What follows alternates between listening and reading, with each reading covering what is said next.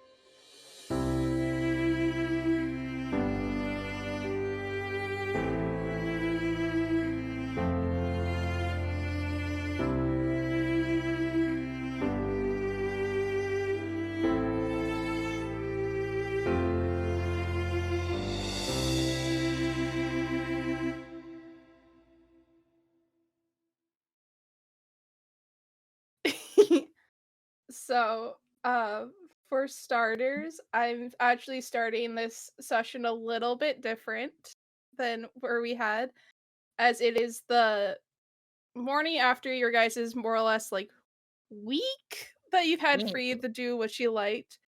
And each of you at your rooms would have received a private breakfast with a copy of this issue of Lory Tori Stories that you can read at your own pace. I'm gonna get Where? the right music going. I was Where saying do I'm you still need gonna read to to you, but in character, you're reading it in Okay, your, okay, okay. which I can also always post these later.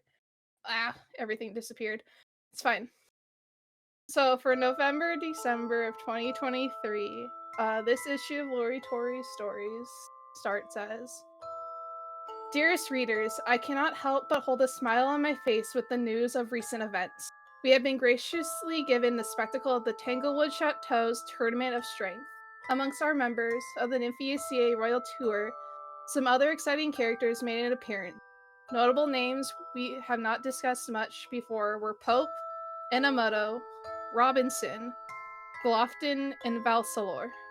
With grand displays of elegance, arcane, agility, and will, I can confidently say that this royal garden of budding flowers is a force of power that does not budge even against the strongest winds. Most of our royals even emerge victors in their respective duels of strength. A duel of rapiers between Chadwick Andu III and royal huntsman Matthias showed each of their skills with the blade. The Baron de B seems to have taken his private lessons from Dame Umalith Glofton to heart, but it was not enough to defeat Matthias with his peculiar fencing style. Whispers amongst the crowd could not help but note that even though Chadwick was not the victor, Matthias would not have been able to withstand one more hit from him. Discord, please let me scroll. In this tournament of strength, we were treated to a display of elegance only a few people experience. Not one, but two ladies graced the stage with an unforgettable performance. Miss Aurora Dante and Baroness Chandra Andu, a duet of elements, captured the hearts of the lords and ladies present. The Northern Lights became a much-needed respite from the chaos of life that many of us know, with water flowing from her charm. The precious partition embodied the energy of fire that propels life forward, the driving force that fuels ambition and desire. Together, these two women of the arts remind us that life is a tapestry woven from contrasting threads where fire and water coexist, providing depth and richness to the human experience. As nature intended, water showed its strength this day, claiming victory for Miss Adante. A change of pace was implemented in this tournament with the introduction of a race between some of the fastest riders this author has been lucky enough to witness. Larkspur Taurus riding Hootzifer, a giant owl adorned with exquisite feathers that drape its figure akin to the elegant ruffles adorning a lady's gown, and Euron Pope riding Thunder, a giant eagle with chiseled features reminiscent of an esteemed protagonist, evoking admiration and awe from all who beheld it. The two sliced through the chateau's crisp air, propelling towards the sky with vigor. Watchers could not help but cheer on their rider, hoping to win a few extra coins. And this tournament of strength finally shows that the owl is faster than the eagle. Readers, I would be lying if I did not say, much like many other spectators that day, I did not expect to see Her Majesty Princess Astara Rakane step into the ring. Indeed, no one would have wanted to fight the princess, but amongst other surprises, Miss Charlotte Ondu accepted the challenge. Spectators with strong arcane knowledge have also reported sensing strong forces of magic radiating from the duel. Perhaps our ladies have been reading more than just my stories during their studies. Standing tall with her crown intact, Princess Astara emerged victorious. Those not necessarily fans of brutal sportive duels were delighted with being graced by not one but two displays of dance. We were given a showcase of the Augustin Royal Academy of Fine Arts halls when Akemi Enomoto and Forrest performed. Miss Enomoto enchanted the crowd with her precise turns that transported the soul to realms of ethereal joy. On the other hand, the fluorescent twilight shows how quickly he can spin on his feet. Those classically trained complained that his technique was reckless in comparison. This author would disagree and even say that it's nice to see that the Academy is branching out in talents worth exploring. Regardless of my opinion, Miss Enomoto was declared victor.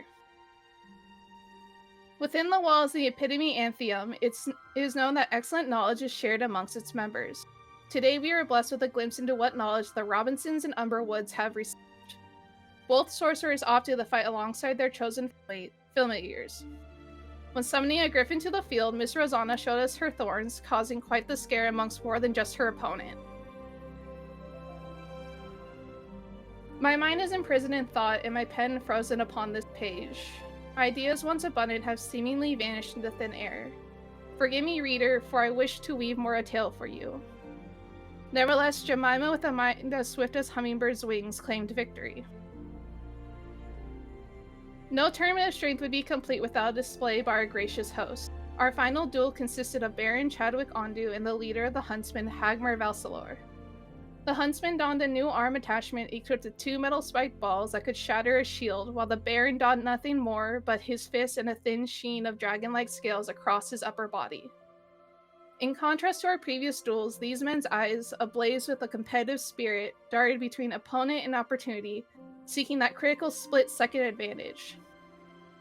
That advantage was eventually granted to the Baron, pinning the huntsman to the ground and rendering him incapacitated. Reader, this author could not help but note that hidden beneath this veneer of raw physicality, this round of fist-fighting offered a glimpse into the human spirit's indomitable nature, the restless desire to strive, to win, and to prove oneself, the true spirit of a tournament of strength. Following the tournament, all present were invited to a grand banquet that evening held in honor of those deemed victors.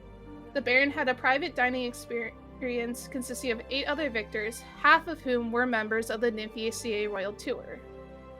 I have been gifted the seating arrangement created for this private dinner.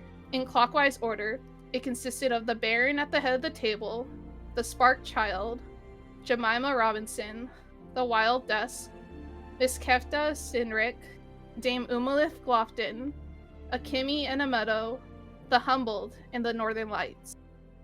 A 4-course meal was presented by Chef Renaya Miador, representing the chateau's surplus of wild boar and rabbits that roam the nearby forest. Now, reader, although my sources are vast in number, I could not tell you what occurred in.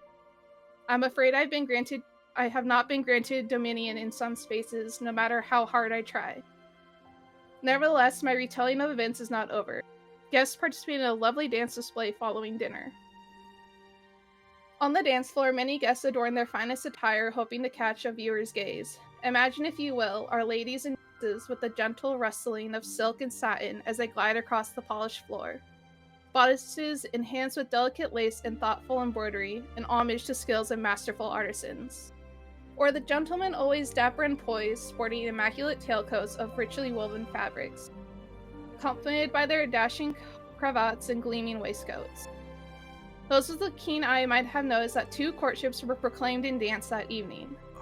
Jan Pope and Forrest declared theirs, dancing the 2 final dances of the night and leaving little room for imagination as they held each other tantalizingly close.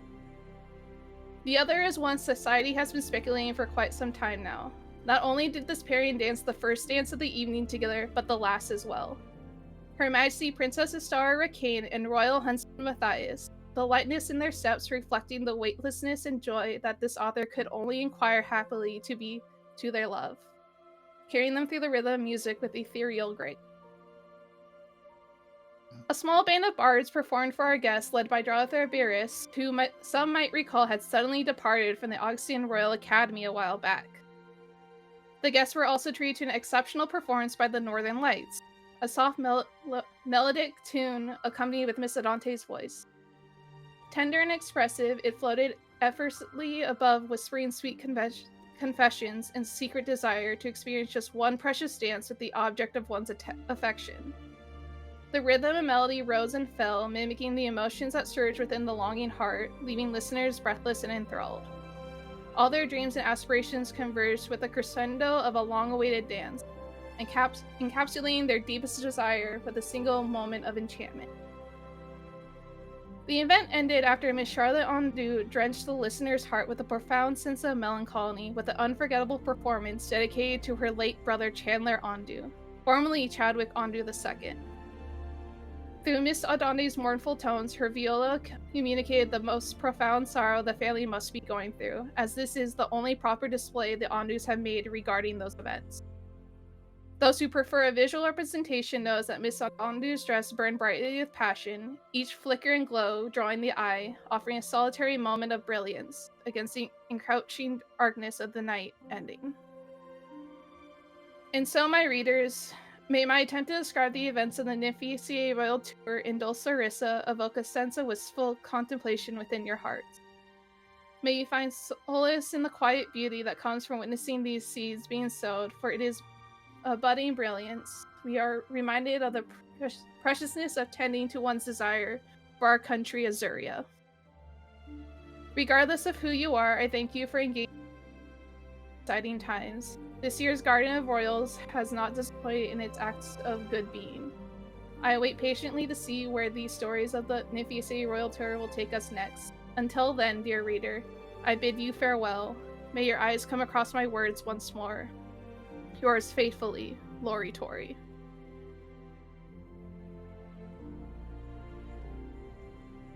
That out of here. And that would be this morning's Lory Tori Stories. How long were people speculating this? That's the first thing that leaves Maddie's mouth as he read this. Amazing. The next thing has only begun. The next thing to show you guys is the new ranking. Ooh. And if anyone caught it, Forrest did receive a title, and it was in the Lory. Oh, I heard. Wait, I missed it. Not like fluorescent Twilight or something like that. Yep, that is the title that has been bestowed upon Forrest. Ooh. We all have titles now, guys. You all have titles now. Congratulations. I can make a new opening because I just lost the old one. No. Perfect timing. Right? I was like, oh, arc's over. Everyone has titles. Yes, today would be your final day at the Tanglewood Chateau, as with your breakfast, you would have received a small envelope that read that the Baroness and Baron would like to have a farewell dinner with all of you tonight to discuss matters that have been brought up to them. Oh. Oh. Do they know about the thing?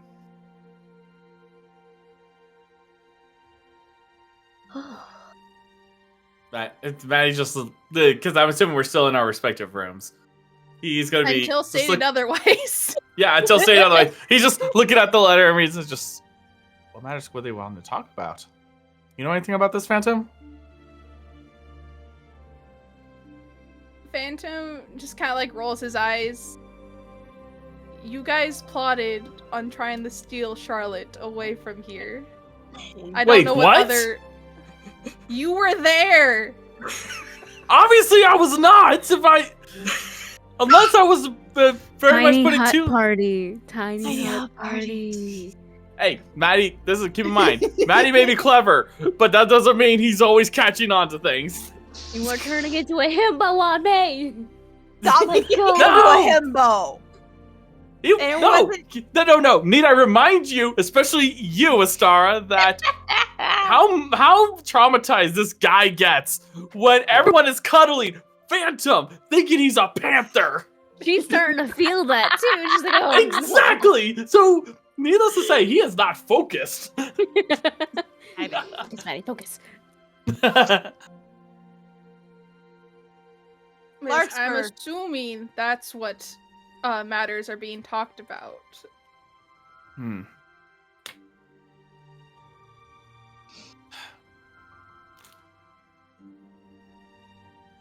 To be honest, even during the dinner, I thought it was just mere conversation. I didn't really anticipate it to be actual attempt. Seeing how quickly the rest of your group was to make you two dance together, it does not surprise me.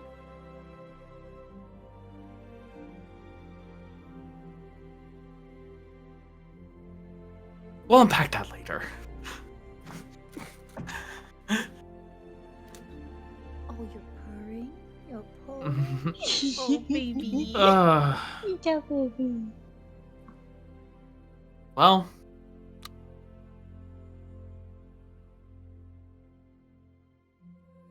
at least I could probably do a good job in feigning ignorance if it hits the fan. Probably for the best. Just be prepared for whatever might come tonight. As I Speaking don't of know if which- I can be there. Have we received any correspondence? Not that I know of yet. I'm assuming it might take a moment since you sent physical bellboys to get all the way back to the palace and then back True. here. True. Bell boys. Well, I'm just hoping that it's not going to be problematic for us. I'm sure it'll be fine.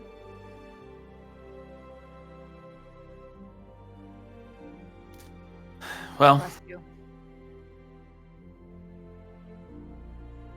let's finish up breakfast. You still need to eat your half.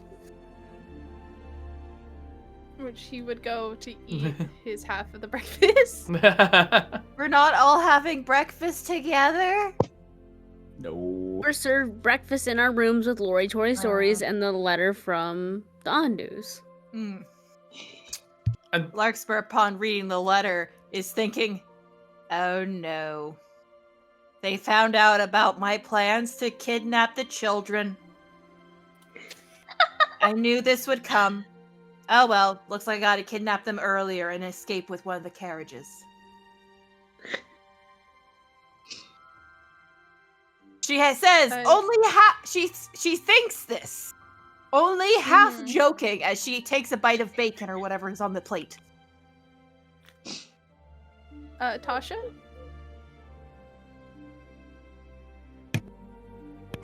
Aurora has her tray of breakfast in hand, and she is scurrying off to Larkspur's room, and she quietly knocks on the door.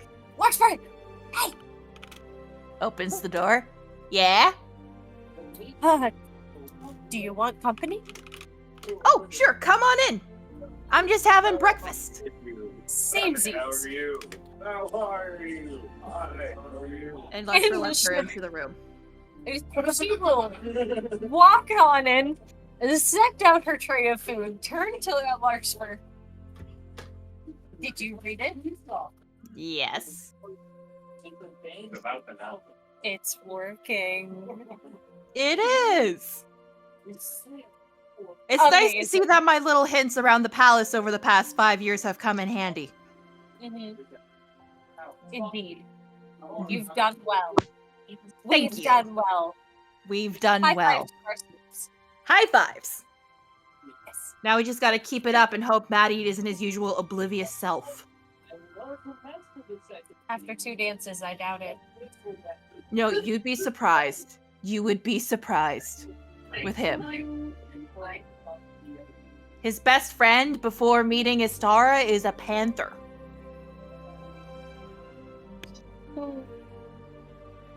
Fair enough, but that panther kind of his partner. I mean, I understand. If you think about it, see, once upon a time, she looks around. Cosmo's not in here.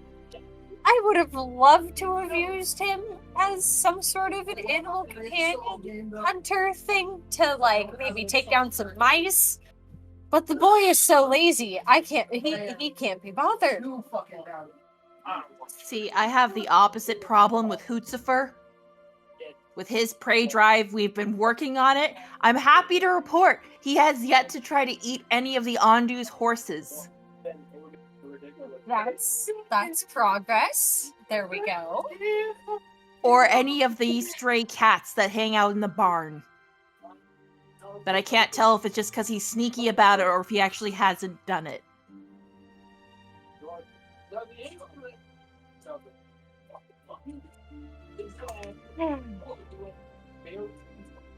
I also see in Lory Tori, along with our little pet project, that Mr. Forrest has made a proclamation of courtship. As long as it gets him off of that simpering piece of... You can swear. I've heard swears before. It's not Mostly polite in other of me. languages, but It's I've heard not polite swears of me to talk badly about my students. Your students aren't here. And who am I gonna tell? I can't hear you. Oh, you couldn't hear that? Yeah. He's trash and he couldn't dance anyway! Well, there you go. That wasn't even that bad. He dared hurt No. my boy!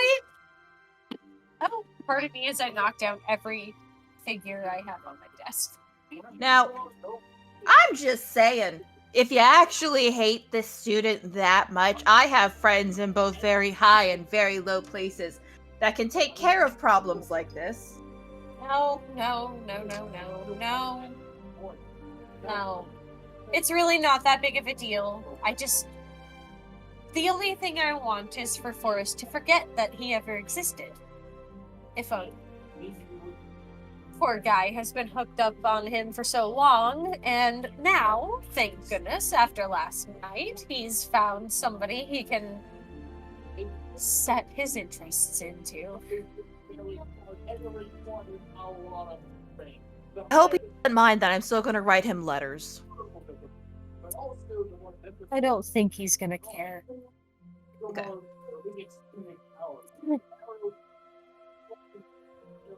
Forrest is a sweet boy. Something like that, something that minuscule, would never.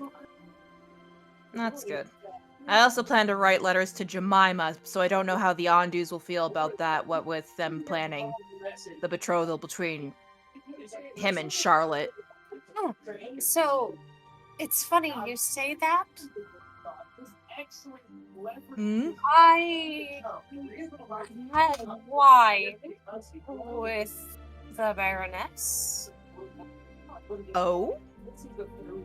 and I may or may not have proposed the idea of bringing Charlotte along with us on the Oh? royal tour. And how did the lady take this news? She seemed relatively interested. I remembered one thing she wanted was to have her family name there, correct? How better to do that than to have one of her own children on this royal tour? You're not wrong. On top of that, I did sort of tug at the heartstrings by saying, "You heard that song? She's in pain and needs some time to heal. So letting her out of the nest for a little while, where it seems to have become a sore spot, may be a good thing." She also wanted me to stay here, Charlotte's teacher, initially, and I said no to that because, well, first of all, I'm on the tour. I can't just stop everything and leave all of you behind. That's awful. No, I'm pretty sure you're considered, like, our chaperone on this? Yes, of sorts. So if you stop, we all have to stop, and no offense, no one's telling a star what she can and can't do. There's no offense taken. I understand entirely. She is a princess after all. She is her mother's daughter. Indeed. The Baroness said that she would talk to her husband. Oh, I wonder what the letter's about then, because they want to have dinner with us to discuss matters that have come up? I have also sworn that if they were to allow Charlotte to come out on this tour, that I would take full responsibility for her. And I also let her know that none of us would let her come to home. I'm sure that's the case, correct? Sorry to speak for you, but... No. If need be, when we have a discussion tonight, I can bring up the fact that a couple years ago during one of the last tours, I was on the security detail for Her Royal Majesty. That could make them considerably happier. Anyways, I thought I would let you know. I should probably give this news to Her Majesty as well. Right. We should probably see if we got approval from Auntie Lydia first, before we bring a new person on the tour. There was the slightest of grimaces on Aurora's face as she's like, I didn't think of that. Okay, look. Auntie Lydia is usually pretty chill. This might be one of those cases where it's like better to seek forgiveness than permission. And she's done far worse in her youth than invite another person to join the party. She's done that repeatedly. There were other members of the DLC before they went off to do who knows what, probably died in a ditch. I don't know for sure. But like, I'm sure she'll be fine with it. If not, I'll play the I grew really attached to her and I've been hurting card. Yeah, that could possibly Which, work. Okay, come on. Let's finish our breakfast real quick and go and visit Her Majesty. If she's not already busy with Maddie. I will say, though, that me using that is going to be a very low blow due to reasons I cannot fully reveal. All right, Especially then if it perhaps gets- it's not the best to do a low blow. It might not be a low blow, but it will be a blow if she says no or I'll think about it. I hate it when she does her I'll think about it, because that's usually I'll think about it for a year and pretend I forgot about it.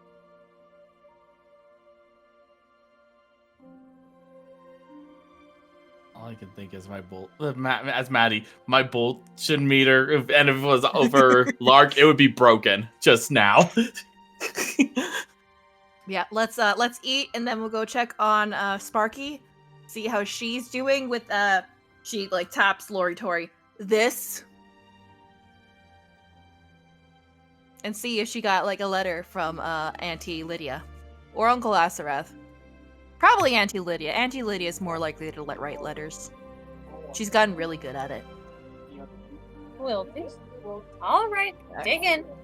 And we eat our breakfast and then we go bug Istara. Stara, Sparky, hey Sparky. I know you're in there. If not, I'll go check Maddie's room. Jesus.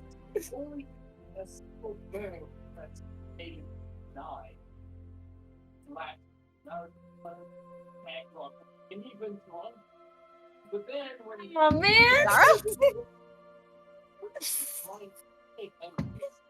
Istara, if you're in there and you're not answering, I'm gonna do this on Maddie's door, and then the whole place is gonna know. I assume you slept with Maddie. You wouldn't want that now, would you? What would your dad think about you having sex before marriage? All right, enough. No more embarrassing the girl. There is something that, Larkspur and I would like to speak with you about, if you're not too busy. If you're in there. I think eventually Astara will open her door. It's like, you could have just said please. I did. I didn't hear it.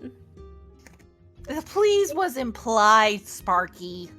I know it was implied, but I wanted you to physically say it, because how often do you actually ask for permission instead of begging for my forgiveness? You make it sound like I do a bunch of stuff wrong. Your track record. Is this because I borrowed your dress and commented that it was small in the chest? You think I care? Well, I care about I the dress. don't know. And care about the I dress. have it here, she says, holding up the blue dress. I'm surprised you're not gonna wear it elsewhere on the tour. Well, do you want it? Yes, I want it, but I'm not gonna leave you clothesless. I have other clothes. Why do I might have steal mine? because it's soft. Safety blanket. You know you know where my mom goes to get my clothes. Tell your mom to go shopping with my mom. You can get soft clothes too, Lark. Yeah, but I didn't before I knew you were coming on the tour. I wanted something of yours to feel a bit safer. Okay. Was that so hard to admit? That you Yes. missed me? Yes, it killed me a little inside. Can we come in to discuss the thing? Please. Pretty please put sugar on top, my dear. Fine. Star will let them in. Alright. Thank you. You are most welcome. My apologies for disturbing you this early in the morning, my dear. By chance, have you gotten word from your parents about allowing Charlotte along with us? Did I get a letter back from my parents about Charlotte? Great. No. Oh. Lovely. To be fair, I did send a bellboy and not an actual spell. Yeah, that would do it. Do we want to wait till lunch and see if the bellboy returns? And if not, we send a sending to your mom? What? I don't want to send a sending. It's sorry, Sarah. Words. Would you prefer I did it? I mean, you're our chaperone, so it might be better for you. Because you're the adult. Talking to your mom? No. No, see, my mom has this habit of ending sendings with a question, so then I have to burn a spell slot, and then eventually I just don't have any magic left for the day. It's like her way of grounding me. By making me burn through all of my magic, talking to her. Well, you have a earring. Why don't you just ask Tareth if your mom got the sending? Because then you don't have to talk to him. You can just use the earring. You think I want to talk to Tareth too? Fine. Give me the earring and I'll talk to Tareth. Yeah, go talk to your little boy crush. And like a star will like unattune from the earring and give it to Lark. Are your ears even pierced? Lark just raises her hair to show the multiple piercings. Yes. Just okay. Give me a second. I'll give it back to you and I'll message Tareth. No, you can keep it. What? I'm you not don't gonna want talk to Tareth. He's trying to eavesdrop on me. He literally told me that he was trying to catch a secret message from me in case I didn't realize that the other person who was originally wearing this earring didn't no longer have it. But he's lucky I look before I open my mouth. Sometimes. Speaking of the original person who had the earring, have you read Lory Tori yet? Yes. What about it? Thoughts? Accurate. You are no fun to gossip with. She says that she just puts the earring on. Have you thought maybe it's morning?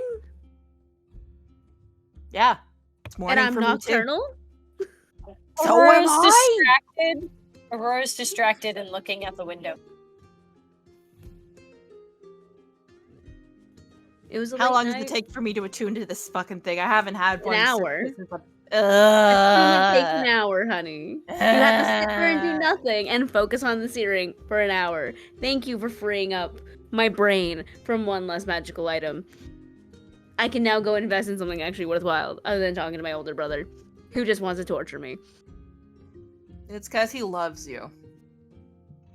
I doubt he wants to torture you, my dear. I think he just wants to make sure you're safe. Oh no, he wants to torture You don't know, too. Tara. There we go. This way I can ask him if he wants to come to the racing. Yes! Oh no. Yes! Aurora, as you're looking out this window, you do notice Roland walking by, and you see a little galaxy cat running around his feet.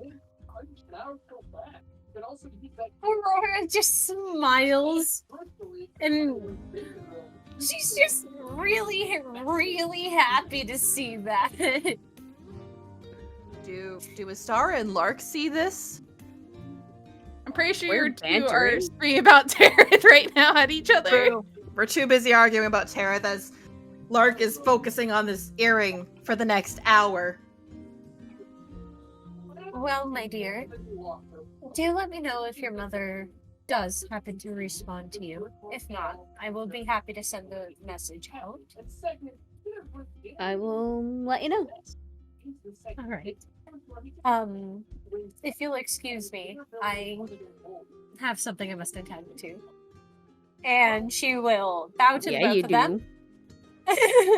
She will bow to the both of them, and she will politely excuse herself. You can't talk about my love life without it starting being a shit about yours. We don't know about hers Exactly. yet. We saw her on horseback with Roland that first day at the training grounds. Yes, Lark but was she kind of did focused on other things. Oh, I'm sorry, Yeah. it wasn't. Yes, but she was absolutely if she was watching it all, she would see that Aurora was entirely uneasy, like, oh god, this is my first time riding on the back of a fucking horse, oh my god! This is Astara, frequent Yes. reader of romance novels and bodice busters. Fair enough. You can speculate about her love life, she will speculate about yours. That's funny, because Okay. I would love to hear that gossip one day. As you're leaving the room, Aurora, I would like to go over to Rosanna's room real fast. Where, as you've been reading this Lory Tori, Crocus has been really restless.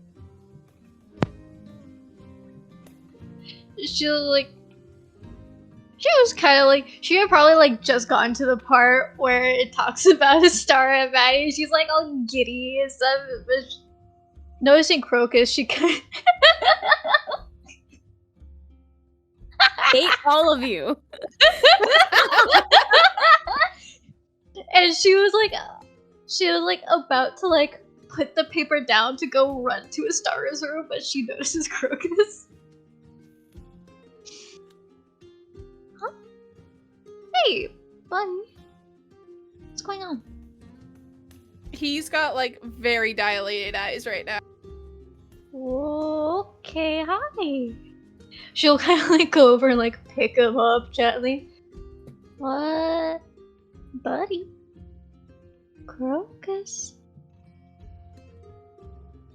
You You okay? see him like his eyes are like transfixed on the flowers in your hair as he like tries to nip at one of them. Hey.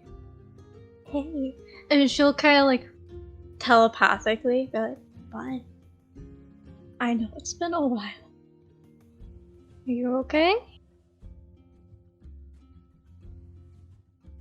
He like kind of is like shifting his head a lot as you're talking to him. And you kind of get this sense from him is like a lot of things are changing. I know. You haven't seen me like this in a long time. It's still me. Here, look, see? And she'll kind of like take one of the flowers and kind of and like bring it like in front of him. Look. I'm kind of like you now. He like buries his face into the flower.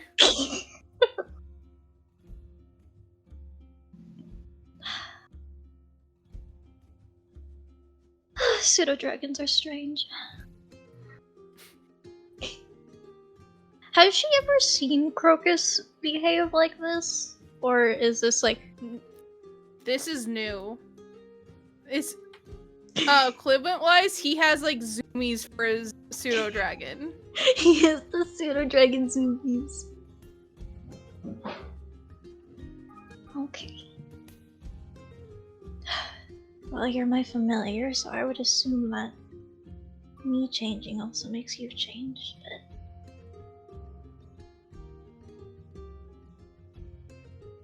And she'll kind of like using his like distraction of the flower, kind of like gently bring him up to her forehead and kind of like put her forehead against his.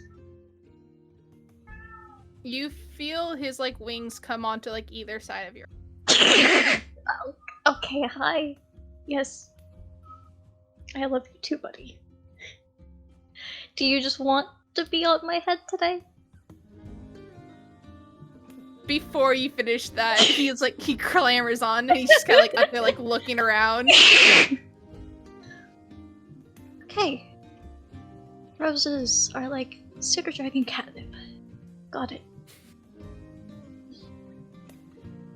Hyper little dragon.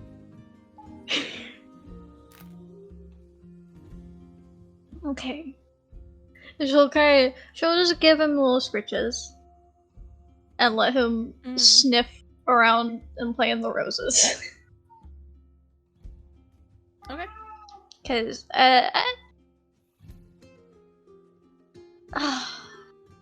she really doesn't know what to do in this scenario other than try and talk to him. And she's tried to talk to him and he's in zoomy mode.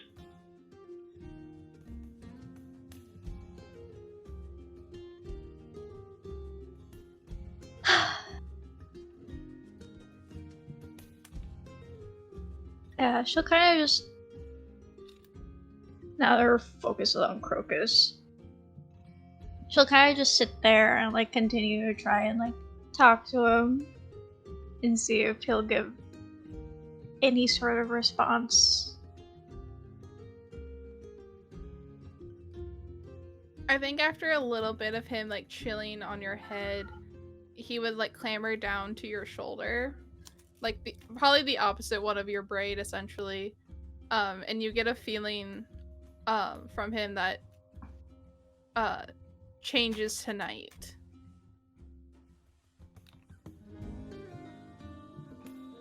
Huh.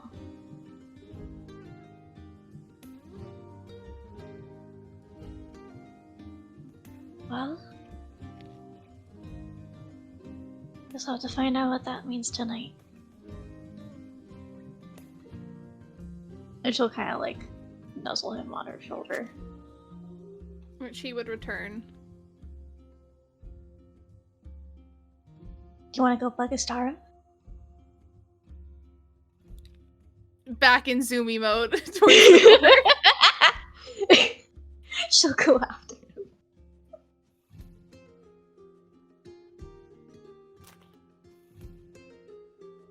I would think timeline-wise, this would be around the time that Aurora is leaving the room. So like, you guys would pass each other in the hall.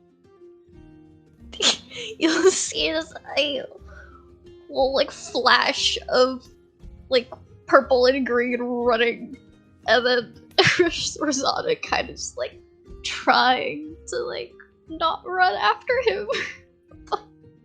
Oops. Looks like you've got a slippery one. Yeah, something about being in spring for some reason has him going wild. Something about change tonight. Oh, really? Yeah. You know, it's funny you say that.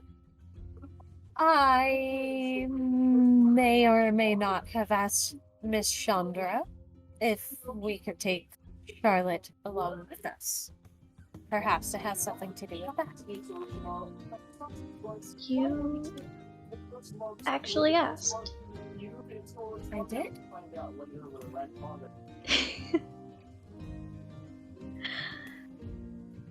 Well, that would explain the letter. I suppose it would. Oh. Is everything all right, my dear? Yeah, just ominous premonitions.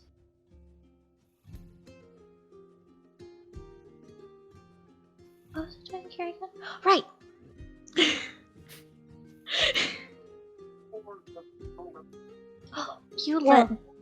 You read Lory Tori, right? I did.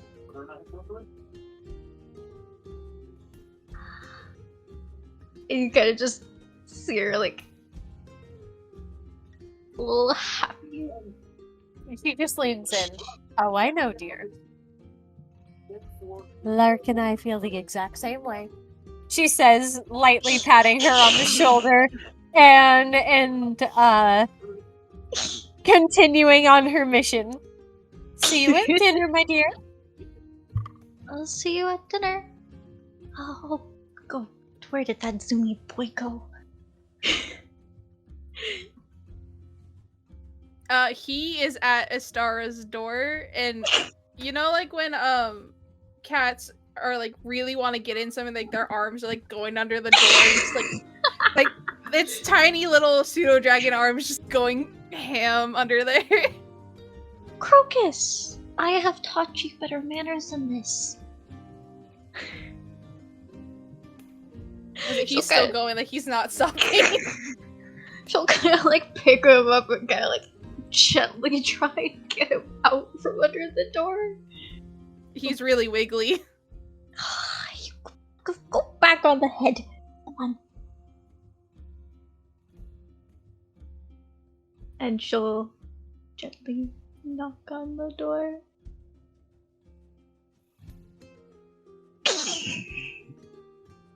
Well, if Lark's attuning, my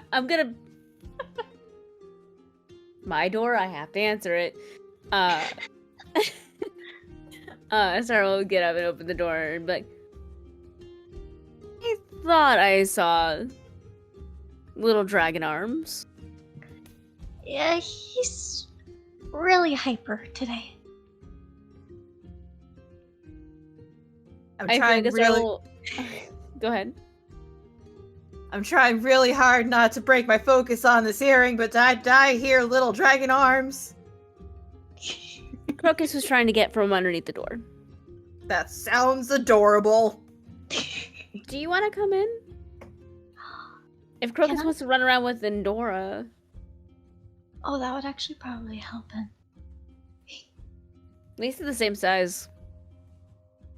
That is true. It's better than anything Hootsford would probably try to do. Or Knight. Oh. Yeah.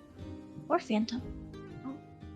Well, Phantom's gentle. Actually, Phantom's Phantom's never really good actually- with Endora. Phantom's never actually chased Endora now that I think of it. Wait, who's Knight? Terra's The giant bat. right? Oh, fair enough. I have never named Lonen's dragon, so that is not being mentioned. Dragon. Dragon. Oh, Dragon. Flagon. Dragon. It's a white There's- dragon, right? Silver. Snow? I don't know, I'm not Avalanche! talking about this. I'm not talking about this right now. Avalanche! I vote Avalanche. Nope. Yeah, no. Phantom's never done anything to Endora. If anything, they cuddle, and it's really fucking cute, but... The gentle panther. Hmm. And she'll kind of like pick him back up and be like, okay, you little rose sniffer, come here. You can go play. Be gentle. Remember. Be gentle. You are a dragon.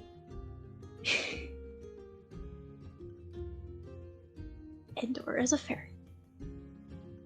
You're both magic, but that does not mean that you can go wild. Okay. Go. And she kind of like you know, As soon as you set him down, the zoomies are back. He's running around, especially now that this is a new room to run around in. I started just gonna let Endor do whatever the fuck Endor wants to do, like, always. Like, you want...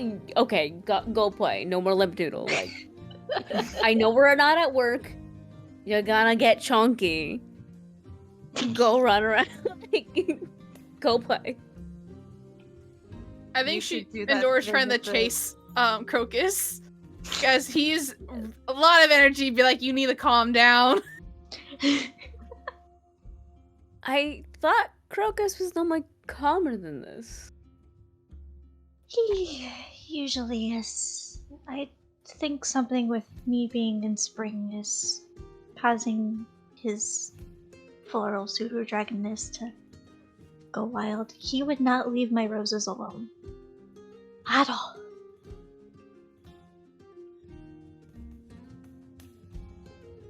Unfortunately, dragons are my brother's forte and not mine. Yeah, it's hard because he's a pseudo dragon, but he's not really a pseudo dragon. So it gets confusing. Right, because he's also a familiar. Yeah, because he's a fae. Technically, Pseudo- Endora is not a real ferret either. She's fae because familiar. Technically, pseudo dragons. Oh. They're not really dragons either. They're not like fairy dragons. And they are not like fairy dragons. It's their own little bubble of dragon cousin. Anyways. What was the pleasure of you coming? Why is everyone in my room? We just had Aurora. Lark's here. You're now here. Lark is sitting cross-legged on Astara's bed, staring down at it, earring it in utter concentration. Well, I would have gone to Maddie. However, I don't really think that Maddie doesn't seem like the gossip type. No. Yeah. You read Lory Tori. Yes? Why are you all interested in my reading habits? Because Lory Tori has stated that you and Maddie are officially a couple. And? Is there objections? Is there a problem with this? No, I just thought that maybe you'd be like, oh no, like the rumor is going to spread. No, Lark asked me my opinion earlier and I just said it was accurate. Oh. Well, I'm glad the plans worked. Yes. Plan? Wow, now you done it. So fascinating. Why was there a plan? I had my own plan. Why are you planning? Why are... Are we all just planners? We're all plotters. Certainly none of us are spontaneous.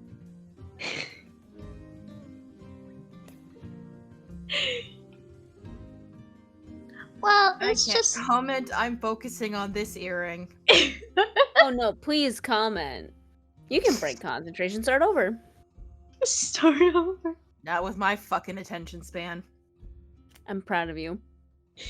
Thank you. So, Also, you and Maddie were taking too long. He doesn't have a lot of time to live. Exactly. Maddie does not have a long time to live, so I don't know, from what I've like heard and like speculated myself, just it seemed like because you two have known each other for a while, and I honestly thought that you two were already dating, except that you were like, no, we're best friends, and so the whole like, oh well, gotta push these two together because they very clearly both like each other, but like just they're not together, and that breaks my heart. okay, Lark, I know it's not your favorite genre, but I'm gonna introduce you to something called slow burn. No! Yes! It's gonna take like 50 chapters for something to happen. No, that's the worst kind! Can I be a little turd and ask, does that break the Lark's concentration? Con save? Concentration. Con save. Concentration check? Okay, 1 second. What's my I con? was saying the fact that your voice changed for sure means a concentration check. What's the DC? What are we calling the DC? What's the DC on Lark's concentration? I rolled an 8. Oh, concentration low. I'm sorry. It was gonna be a 10. Oh, Lark just suddenly looks up at Astara like, you know I fucking hate slow burns. There's always miscommunication in it, and if it just the two people damn talk to each other and... I just broke my concentration. I have to start over! I was almost done! I am so sorry. You bitch, she says looking at Astara. We're playing this game? At least I'm not being blamed. Because I would call you a whore, but at least whores get paid. Oh! Oh! At least I can get laid. Maybe I don't want to get laid. Then what happened at the lake? A picnic. Insight check.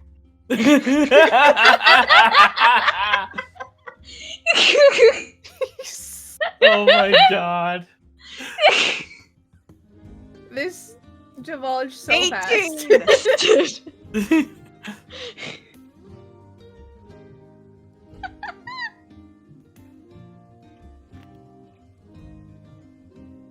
18. Ooh. What does the storyteller say? I think because you both rolled 18 for this, it doesn't sway. Like you're both like at the same level of this, if that makes any sense. It was persuasion, by the way, so I'm not lying. A picnic actually happened. Now I gotta start this all over again so we can see if your mom got the letter and see if it's okay to bring Charlotte with us, or if I have to kidnap her. Wait, oh, so you said we don't have permission from the queen? No, we don't have permission from the queen yet. Oh, dinner is going to be interesting.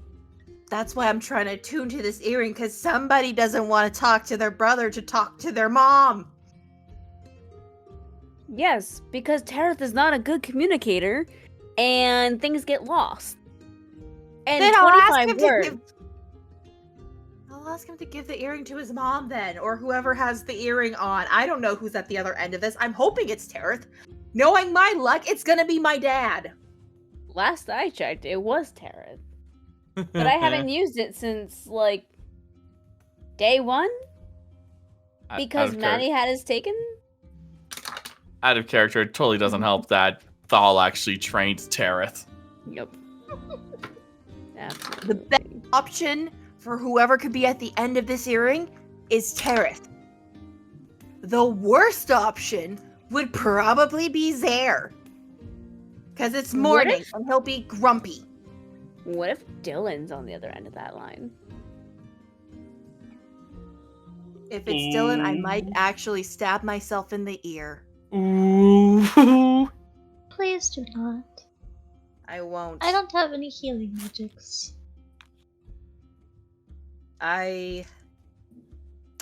Mending only works on inanimate objects. I don't like her.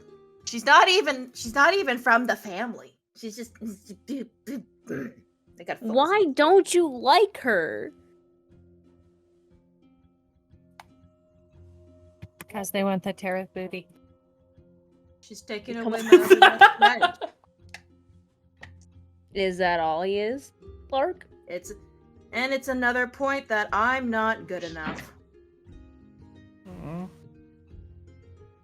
You can do better than Tareth. It's not just about Tareth. Do you really want to be a consort? I thought you wanted to be the shadow. Would you rather be a wife? Or like the most badass person in the family? In Undercommon, do you really want to talk about this in front of a civilian? No, I'm gonna go talk about a plan. In Undercommon. Oh. You know, I don't really mind. I don't really know these people you're talking about that much. Good to know. Good to know. I mean, my dad marrying my mom could have been a king consort, but my mom threw that out and said he had equal power, so... Basically, I'm a part of a small unit of things that has a lot of inner dynamics. Oh. Unfortunately, due to a recent incident, I have been benched indefinitely. For your health.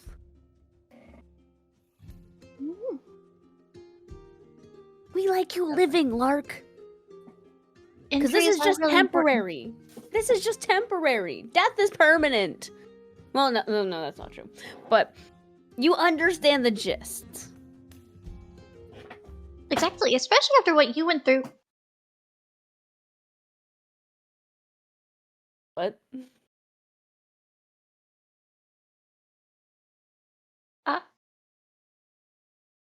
I mean, I assume you went through. Insight check. Just the slowest. No, insight? Lark pauses like, what? Because she hasn't told her shit. I'm in shock. I just got that one. Okay, never mind. 1 second. Oh, 26. Hold on. Oh, this is getting interesting. Where's the key? God. Oh, that's a 25. Oh! Jesus. Lark, you noticed that she did have a small panic pause. Told you. As if she said something that she should. Huh? Who told you? Told me what? What happened? Well, I can assume what happened. I mean, if it was something for your health, then obviously it was an injury. No, you said what I went through. From that, it could be anything from a sickness to an injury. You say it as if you know what happened, though. So I ask again, who told you? Oh, Emulator, save me. They're not here to save you. Who told you? I will not ask again. I don't know how to explain this. With words, ideally. Nobody told me. I just know. Detect thoughts. So, you. Oh, we're locking the door, and Astara's gonna walk over and lock the door as Lark is doing this, and facing the door under her breath, she's going to cast Detect Thoughts without turning around. So, Astara, as you cast Detect Thoughts, your magic does not work. Excuse me. Bitch. Is it not counterspell? It's not counterspell. Okay. Oh, I I know what it is. At a over table, I know what it is. Oh, I think I know what it is too. I don't. Hold on. I actually have to open up my actual D&D Beyond spell list. Hold on. Fuck paper right now. Secrets and Hold up. secrets. I've Don't been do that. You'll waiting get paper to- cuts. As if you want to take a quick pause and cut back over to the other group that are while you try to figure this out. You want to while you figure that out, yeah? So we haven't heard from Maddie in a bit. So, as Maddie at during this time would have been walking through the stage, just kind of burning time, really, but with Phantom by his side, Panther form, obviously, as he's just saying, so my wager is going to be 3 months.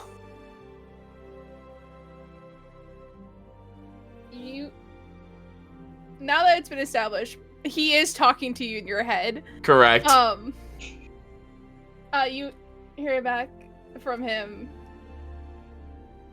With long distance, I give it 2. We need to place a wager on this. Make it a little interesting.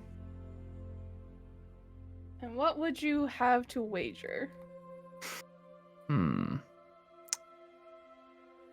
Let's see.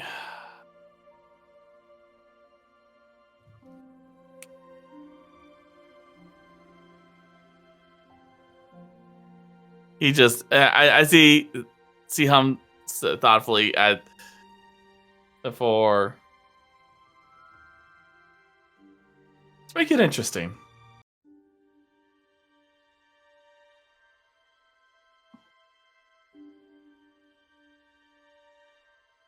As long as it does not tarnish one's honor. I'll do whatever you tell me to do for for the rest of the day. If I win? If you win. And what's the catch if you win? Now, that wouldn't be fun exactly if I made all the decisions on the wagers. What would you wager? Well, my initial thought was if I win, you have to be Larkspur's body pillow next time. Oh. And give me a break. He's just like, thinking, oh, that would make things. He's like, oh dear. Well, at least. Well, that was before circumstances changed, obviously. I like to live. Let's say the next tiny hut party then. Where there's no other eyes, I could see it. No risk there. Alright. Fair enough. So, however. Do I really want to do this to you?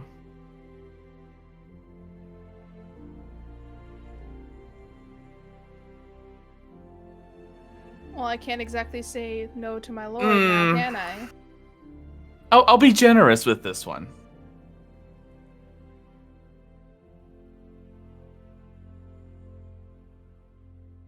If I win, you would have to spend the entire day with someone from the tour. With someone chaperoning you. Your choice. And no, it cannot be me.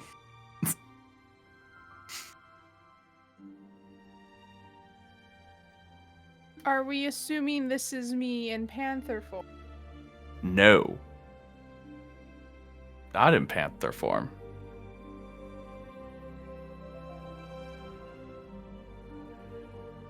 All right. I'll take you on that wager. You have to come. If it happens, though, you have to come up with the reason of why I'm around. Oh. I will plan this for the most opportune of times. Rest assured. We have ourselves a wager then.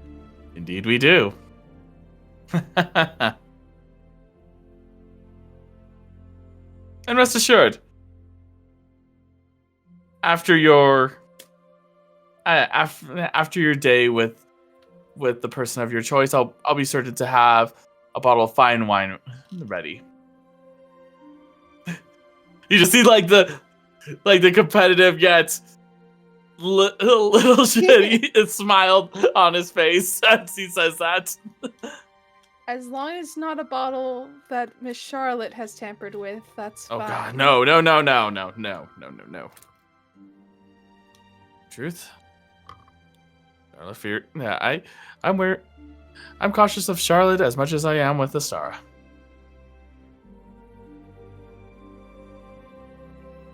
Do women just scare you, Maddie? Is that what this boils down to?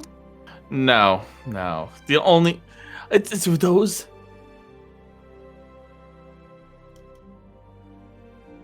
Your he hesitating pauses. tells me otherwise. The ones that intimidate me are the ones that I find highly attractive, all right? You see, like, his eyes, like, fully turn at that and be like... And so you are attracted to both of them. But I would never be that kind of person. Of course not, but now this gives more weight to what Chadwick thought of you. And you see, like, that shit grin on his face as a He's just panther. like, he's like, You know as well as I do, Phantom, that there's a difference between eating what's on the menu and just looking at what's on the menu. I don't need to know how you two get along. He's just like, what?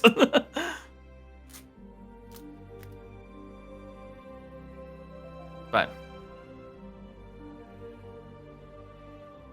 this is, as you know as well as I, a decision has been made.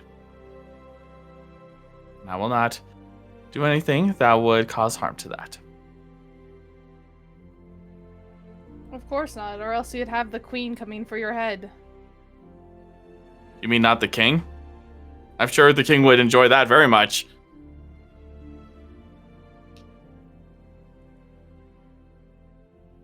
True, but he has a liking for you. A mother's wrath is much worse than a father's rage. I think with those two, it would probably be on the same level. Neither one I want to anger.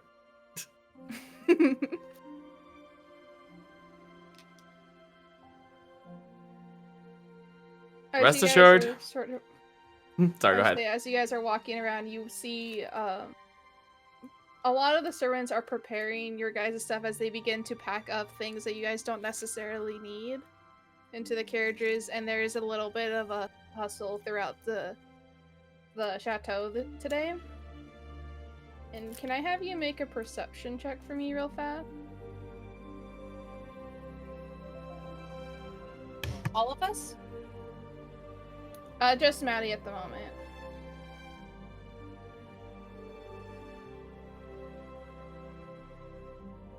That's a 12.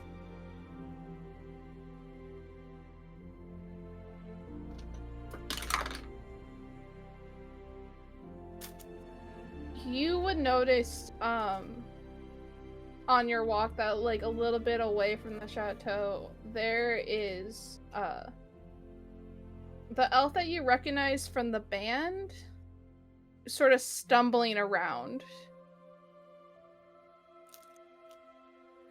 Does he seem sloshed or dealing with a hangover or? It's not a hangover. This looks more like it's from today. But he does look, it seems to be a bit of a drunken stupor, correct? Mm-hmm. So, seeing him stumble around, that's what approach and say, a bit early to have heavy footsteps, is it not? Not when you only sleep for 4 hours. Oh, I am so sorry. You see him sort of like kind of swaying back and forth before he like tries the lock on you, but he's still kind of going. Have you seen her? Who? The woman that's traveling with you. There are multiple women that are traveling with us. The lights with her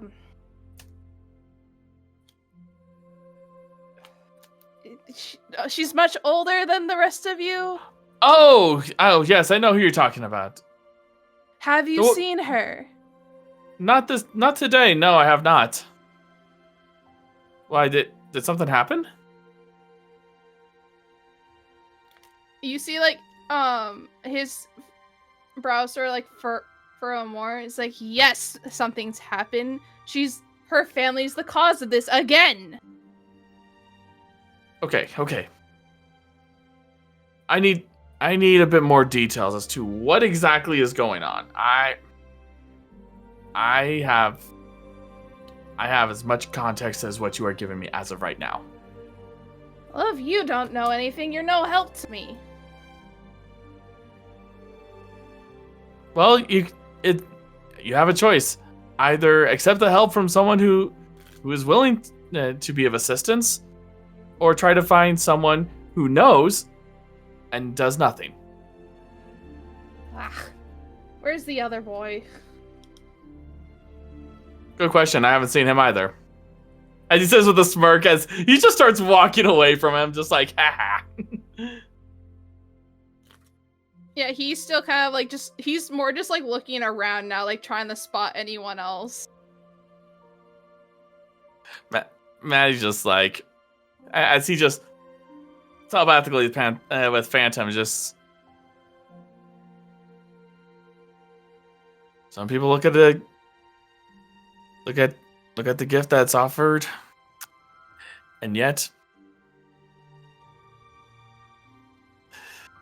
they can't tell. They can't tell what if they should accept it or not. I think his sight might have been a bit clouded from that reek from him. Oh. And well, I don't know the whole context, nor do I. Nor do I really care, to be honest. I'm more interested about what's been going on with Yondu's.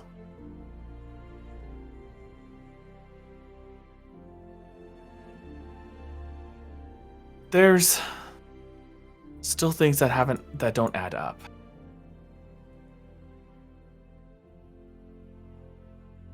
It's about the one who had passed. Quite.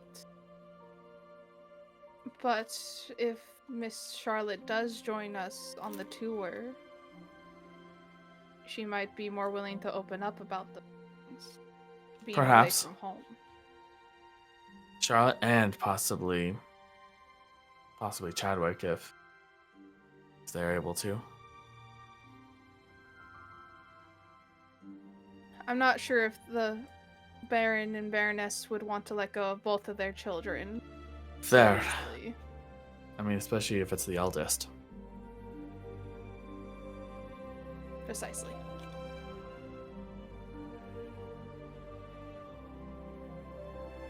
He may be foolish, but he's the kind of fool that I like.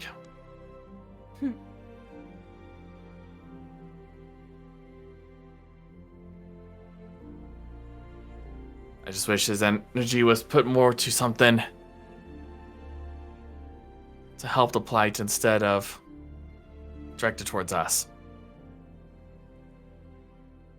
Sadly, not everyone has the same amount of training that you have been granted. There's a difference, well, like you've told me, there's the battle of the mind and the battle of the body. Battle of the body he definitely has. Of the mind, though, that needs to be improved.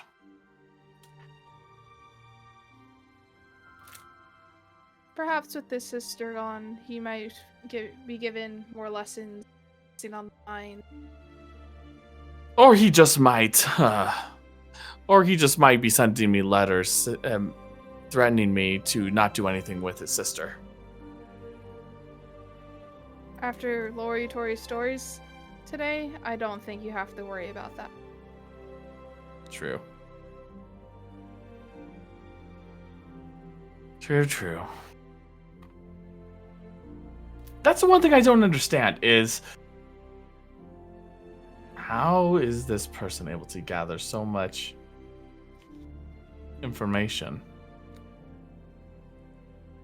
What kind of network does this Lory Tori have? Well, other than the captivating most of society, no clue.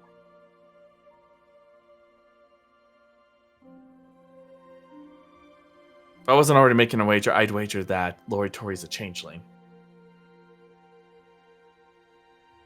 An interesting theory. It would make sense, though, but... Shut up, Siri. But... Do you happen to know where our next destination is? Sec. My headphones disconnected because of fucking Siri. This is why we can't have nice things! Come on.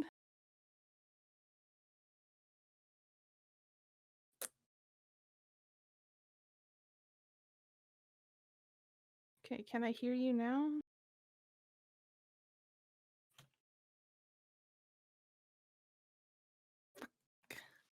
I'm just gonna disconnect. Oh, okay. There we go. Okay. You good? Fucking hell, why can't I hear you guys? No. Oh no. Can you hear God us? damn it, Siri. Do you want me to throw us Siri. to BRB? Yeah, let's do Can you BRB. hear us now? I'm gonna go to BRB. Give me one Hold on. sec, I'm gonna try to close out Discord.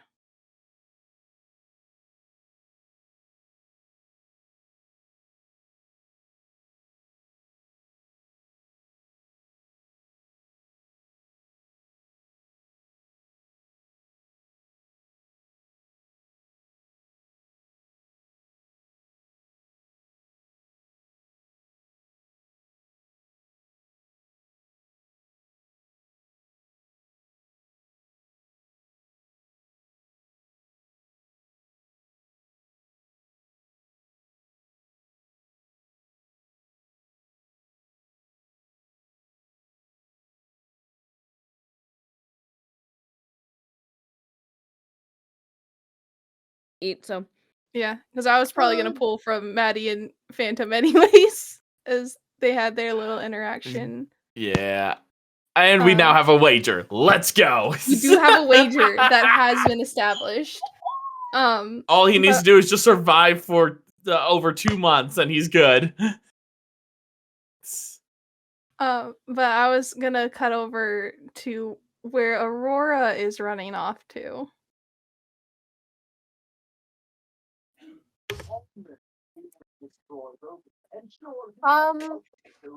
So, she just so happened to step out of the building.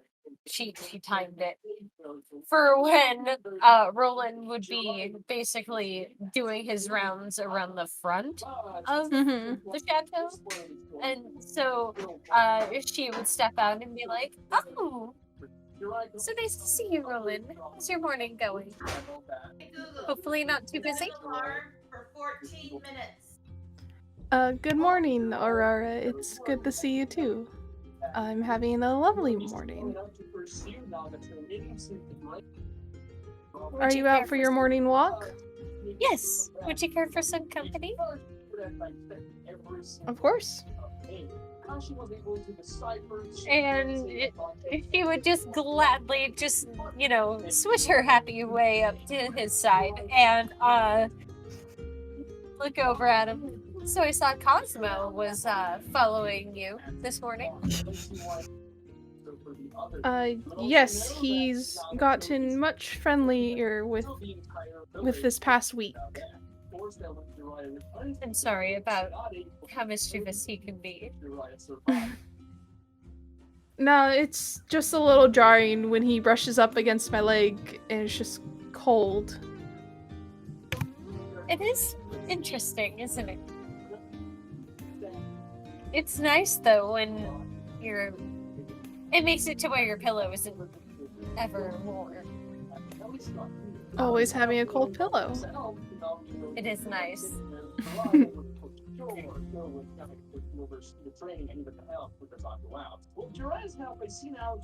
How have you enjoyed your time here at the chateau? Quite a bit.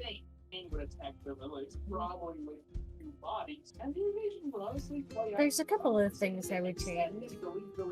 One of which being in the future, perhaps I'll see if I can ask for a +1. You see him sort of like blush at that.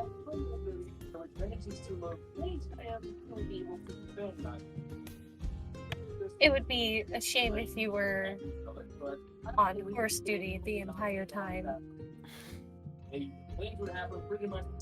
I'm afraid I wouldn't have anything to wear though to any of the events you are invited to.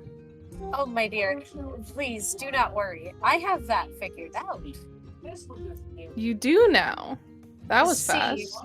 I haven't had it made yet.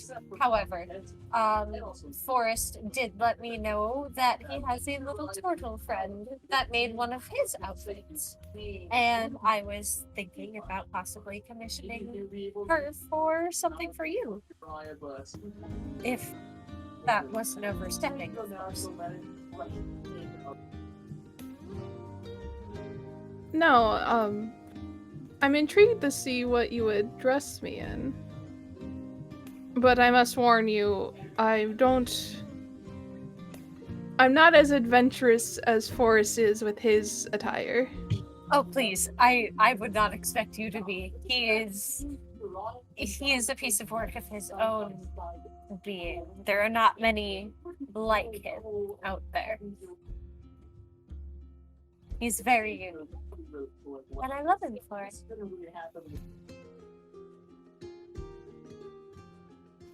Oh man, they're dying. What are they dying about? I have no idea. Her Majesty looks like she's almost in tears laughing. I asked Maddie a question. He clarified with an answer. I sent him a screenshot, which then he responded with 2 other characters, and I choked on my mac and cheese. Oh no! It went down the wrong pipe. I nearly killed another royal. Jesus. So you're not an assassin this campaign. Stop it. That we know of. He's a More huntsman. secrets. He has shooting skills. Anyways, continue on. Ignore us. Ignore us.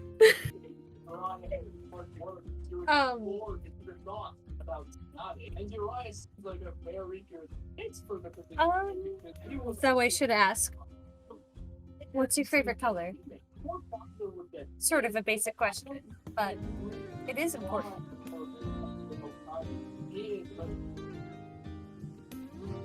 I'd say my favorite color tends to be more of a maroon. A wonderful choice. I think it would actually look quite good with your hair. Well, if you're telling me, if you're asking me my favorite color, I must ask what yours is. She just kind of looks down at her dress, looks back up at him. I've always had an affinity for blues and greens.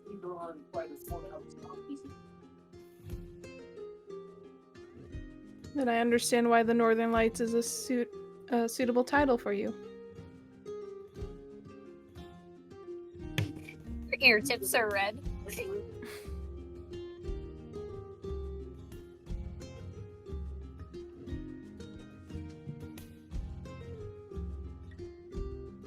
If you are asking me to be your +1 to events,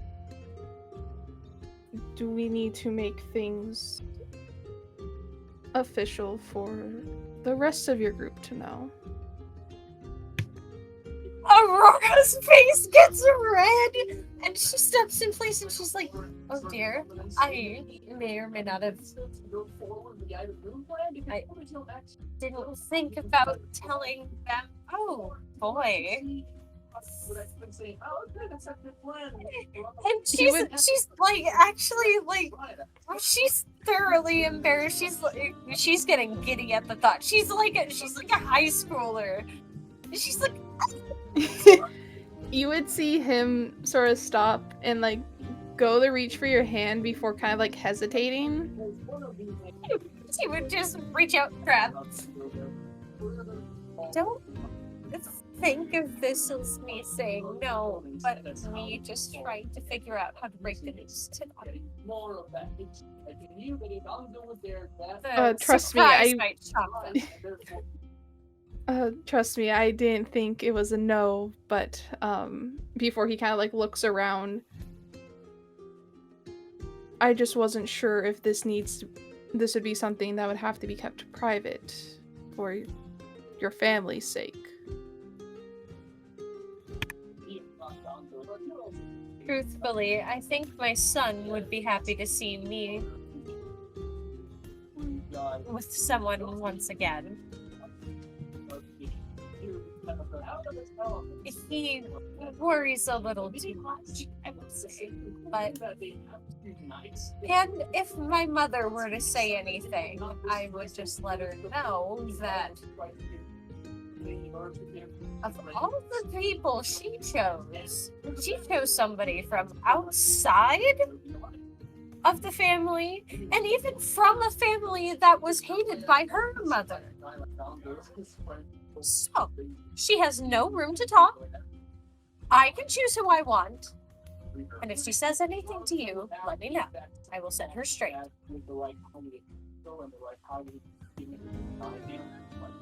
So that rebellious spark is genetic then?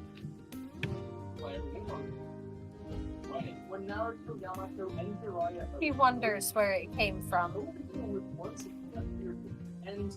He's been asking this for 300 years now.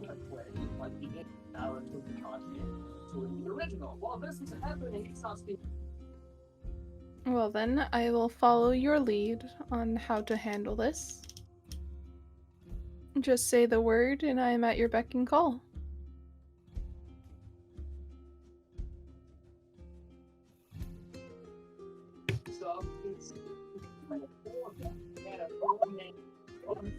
Oh, that player's dying. Player's losing her shit.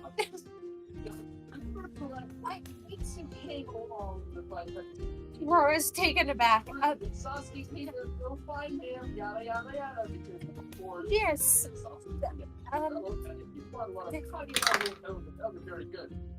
I'm not sure if this is the same thing here. I honestly didn't think I'd get this far. Truthfully. I should maybe ask. She's saying this as they're walking. You don't happen to have a problem with the fact that I'm over 600 years old? You?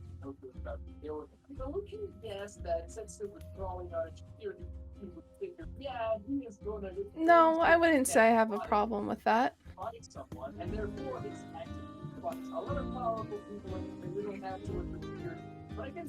She takes a deep breath and a heavy sigh of relief. There is like a weight off of her shoulders. Oh, I am so happy to hear that. Not that you would have said anything bad, but there was a little part of me that was worried what your reaction might be if I told you just how old I was. No, my mother taught me better than to worry about a woman's age once they get past a certain mark.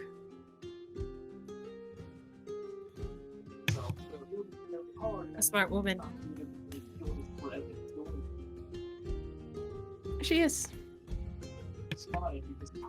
I'd love to meet her sometime.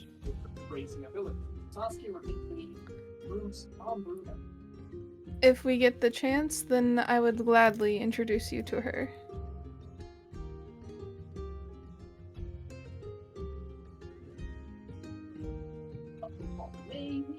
So, I had a drink with the lady at the house. And how did that go?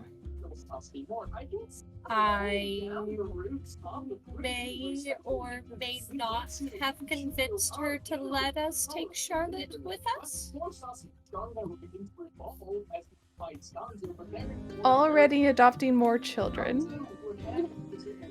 That's quite a big step. Okay, hear me out.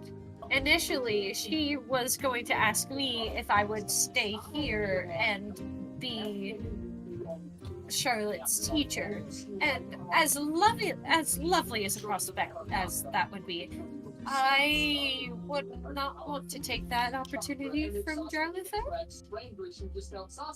However, I did let her know that while she would be on the tour, I would be happy to give her some amount of lessons,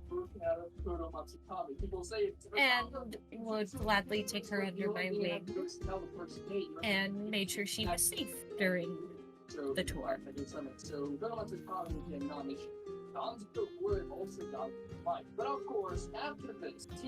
You see him kind of have like this soft smile go across his face before he asks, "How are you so generous with all of your time?" Such is the way of a teacher. You need to find time for every student, should they need you. And now that I'm away from the academy, I no longer have over 1,000 students, and I have 6 or 7. And a few people I would spend my time with outside of the children.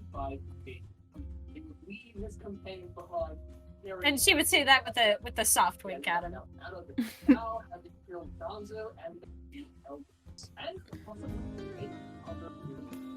Can I have you make a perception check for me, please? Perception.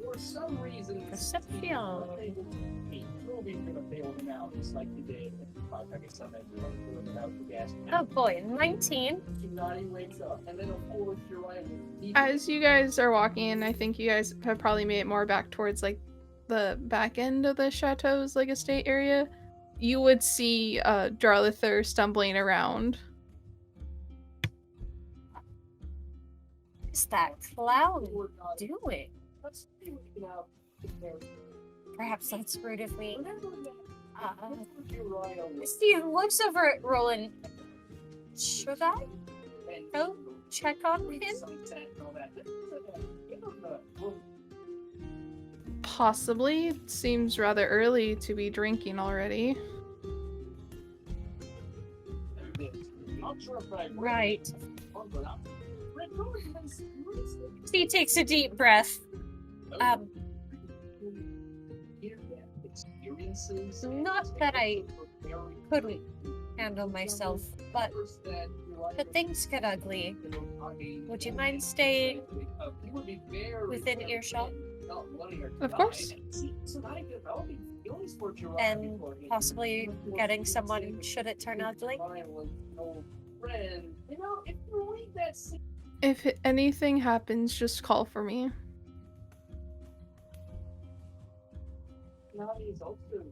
If she would give his hand a squeeze and then make her way over to Jarlither.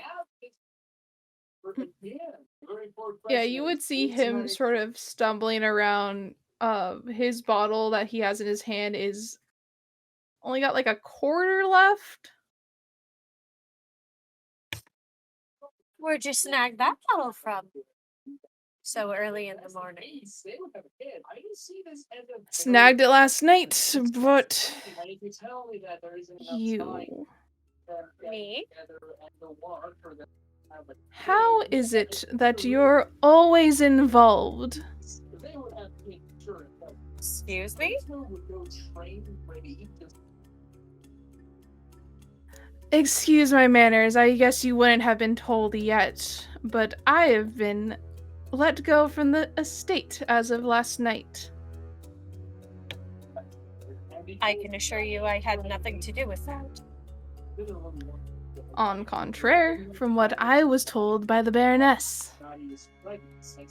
I offered to take Charlotte with me, and during her time on the tour, I was going to have her under my wing.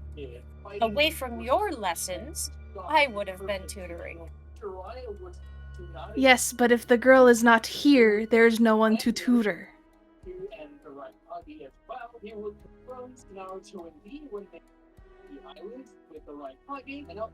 Would you want your spot back at the academy? In return for the inconvenience I have brought upon you? I would rather drop dead than have to work under your mother again. So be it. I understand she can be quite a bother.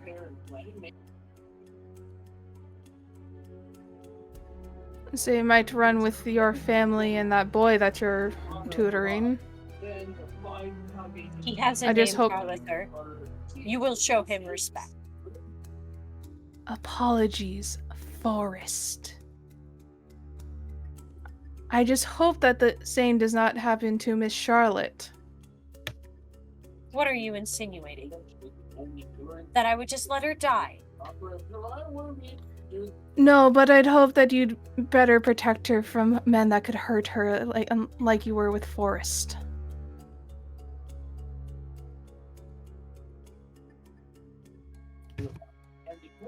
You have crossed a line, my friend. I have done nothing to harm you. And yet at every point when my life gets thrown to the side, it's your family at the point of it. I had nothing to do with you being thrown out of the academy, and I have apologized countless times for the decisions of my mother. And yet your words have changed nothing. I tried getting you your spot.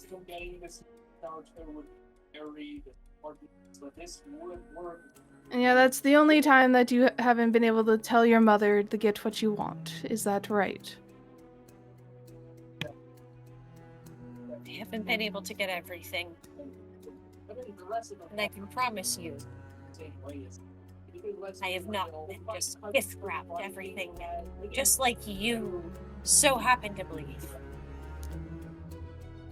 You see, he starts taking a step closer to you, and yet you're on this tour when others could have been, and yet you're the one getting the newest students the highest praise as he takes another step closer.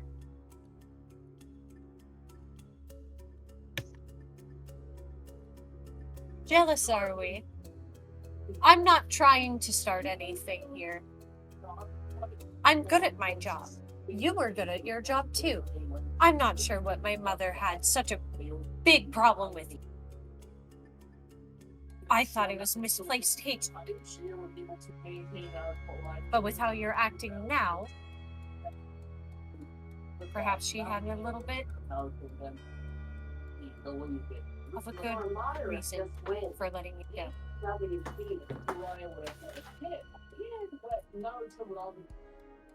Little shit, you can't scratch at the chair. I'm just gonna be intimidating with a cat now. I gave my word I would not let any harm come to Charlotte, whether it be emotional or physical. Subscribe to the channel if you haven't already. Like this video.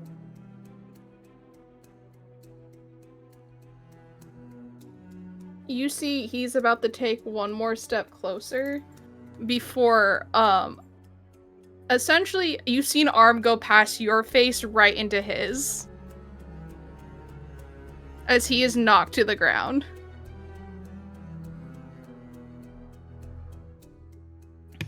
Aurora turns to look. You see Roland saying they're shaking his hand.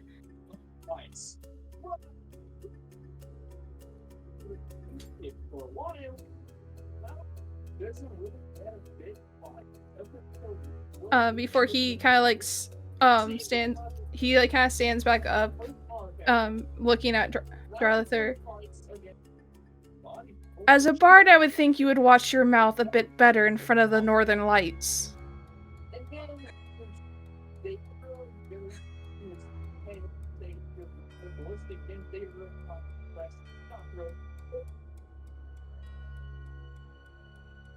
Aurora's feeling the dokies again. Oh god! Oh shit! Aurora, your simp is showing.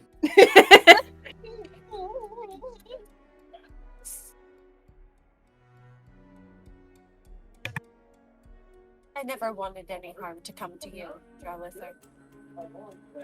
I considered you a dear friend. I still would.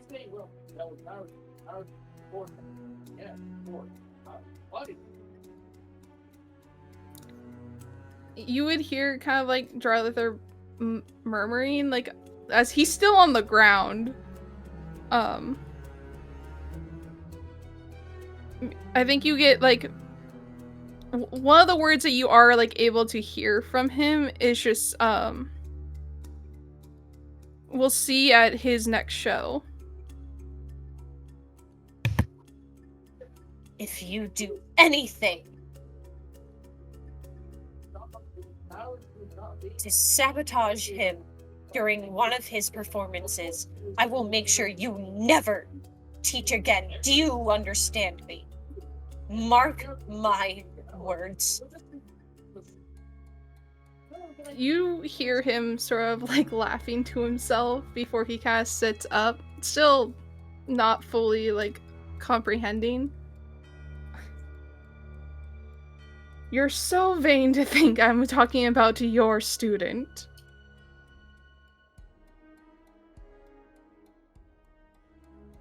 Your Force's little friend from before has an upcoming show soon. I've already been asked to, or advised to go help with that orchestra, now that my job here is done.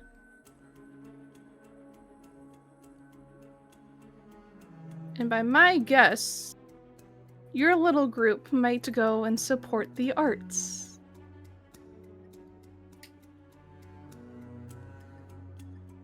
What are you plotting? I'm just trying to make a up-and-coming playwright's career work out in his favor.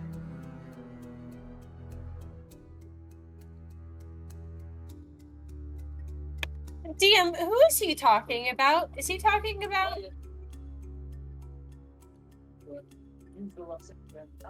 The fucking... X? The X? Mm-hmm. Mm-hmm.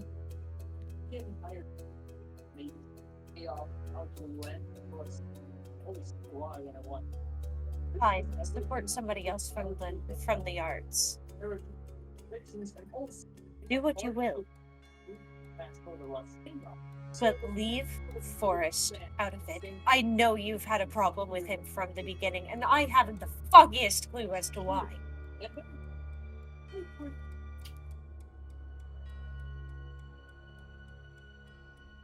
I think you just gotta see him like slowly like trying to get himself up, but Roland has essentially put his arm around you and says, he's not worth it this time. I think his nose is already broken as it is, and I can't do more damage without getting in trouble. Let's go. Fair enough.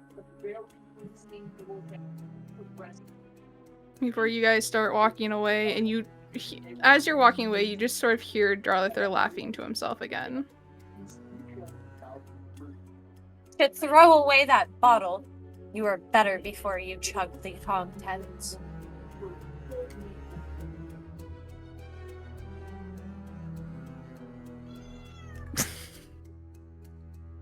He agrees! It's Cosmo, he agrees. Stop scratching the chair. I picture that Cosmo just like the cat from the Toulouse from the Aristocats, just having like all of his versions like a and trying to hiss. Yeah, like that, like I that. remember that shit. That shit was my favorite. Toulouse. Okay. Did you really think?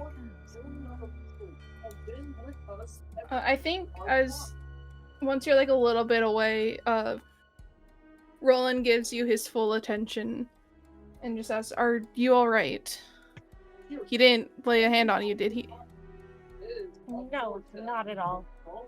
If anything, he was just approaching closer. I appreciate you for protecting me, but I pray you do not get in trouble. Well, seeing as how drunk he was, I'm not sure he'll even remember it. Here's hoping.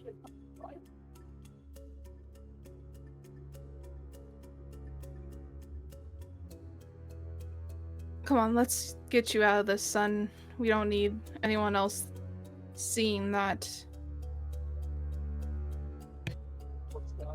And she will take out her handkerchief and take his hand and wipe any blood off of it.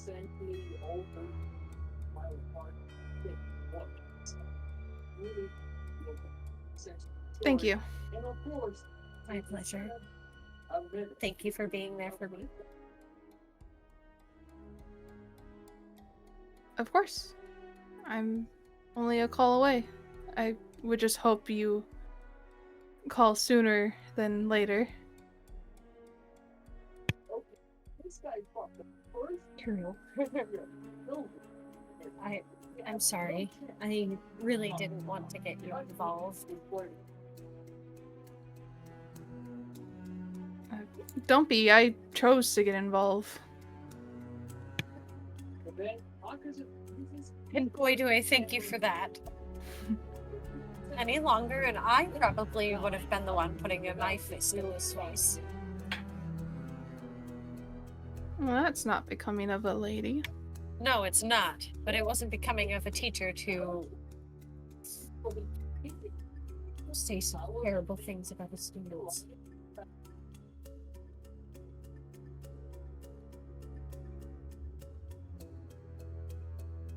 Would it make you feel better to spend some time with Peanut?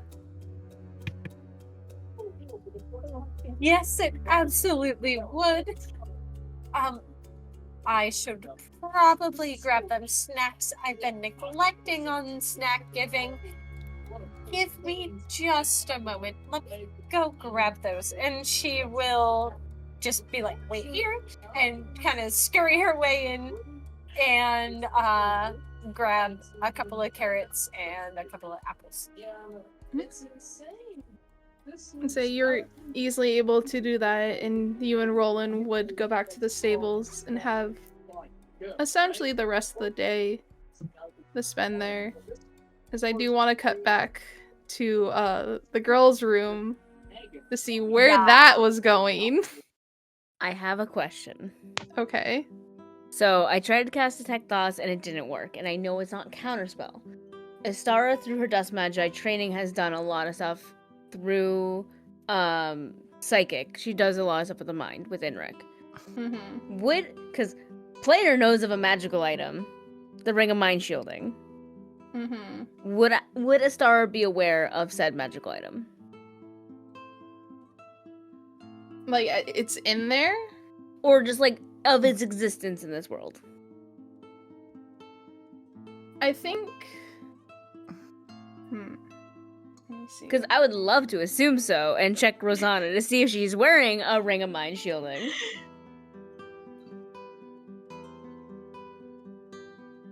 I would say... Because Astara almost had one on her.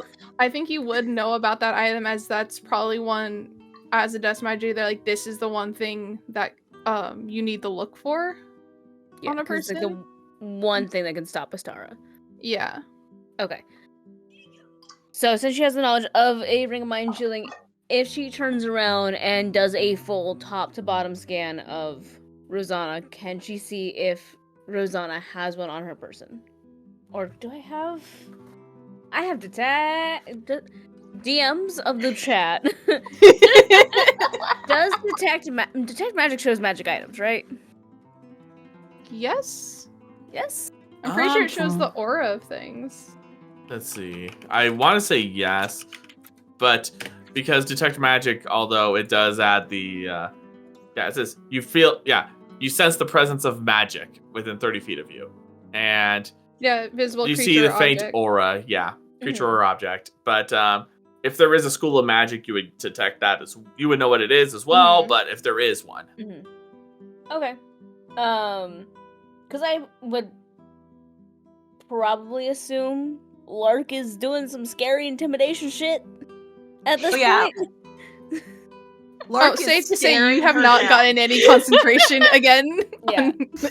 Say So Star's gonna stand there with her back against the now locked door while Lark is doing the thing. Star will cast Detect Magic while also just looking over Rosanna to possibly see if the said item is on their person. Do you want me to go over what you find? Sure. What's on your person that's magical? So you would see, coming from, under. Oh, would things concealed under dresses be detected? I can see the auras, so does clothing stop? Does clothing stop the aura? A magical aura? Clothing does not stop the aura. Yeah, because you can see things under people's armor and shit sometimes. Yeah, I mean, the only thing is, if it's 1 foot of stone, but like your dress is a piece of fabric. This fabric.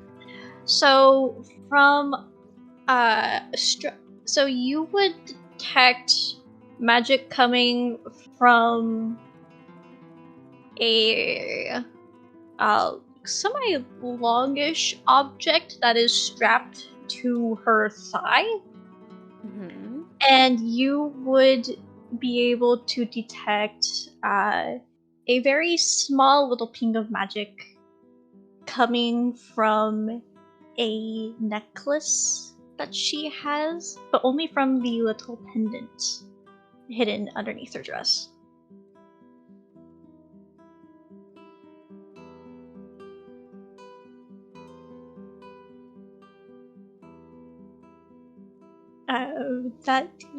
Those are all the magic items she has. Okay. Psychic Whispers for 3 hours. 2? Rosanna. Well, I can include you too. It's all creatures I can see. Sure, I'll make it a 3-way call so we don't have to open our mouths. Because we don't know who's in the hallway.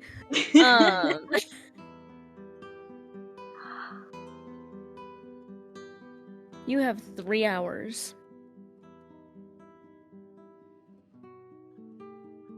I would say in this moment, you do not make a connection with her. Wait, how? Hold up. Because we've done Psychic Whispers together before. We have!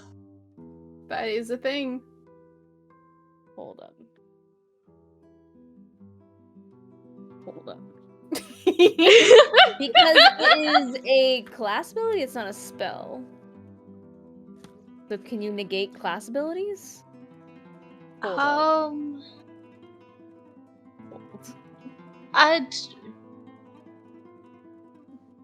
DM. We're getting so technical here.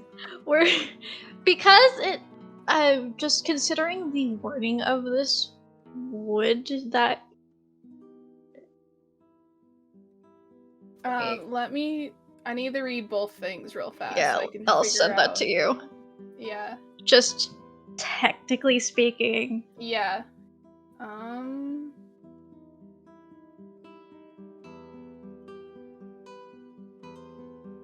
Would that mean that she...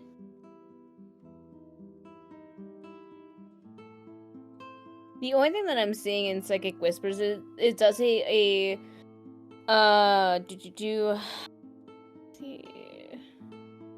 The chosen creatures can speak telepathic to you, and you can speak telepathically to them. To send or receive a message, no action required. You and the other creature must be within 1 mile. A creature can't use telepathy if it can't speak any languages, and a creature can end the telepathic connection at any time, no action required. So the connection has to be made, but you can drop it. Well, I'm seeing if... because... So, from my understanding of this, the connection is there, but you don't have to respond. Okay, so even with her... Yeah, because your thing doesn't say that people can't make a connection to you in your mind. Okay. It's just saying that they can't do other things. Okay. Yeah, okay. So, okay, so... really a little bit. It's so technical. We're It's so getting into technical. When you mind get into shit. the mind shit, it gets really Ugh. technical. Ridges and lumps, man. Ridges and lumps. You kind of see her like jolt a little bit. Still staring you down. Oh, so this still makes a connection. Okay.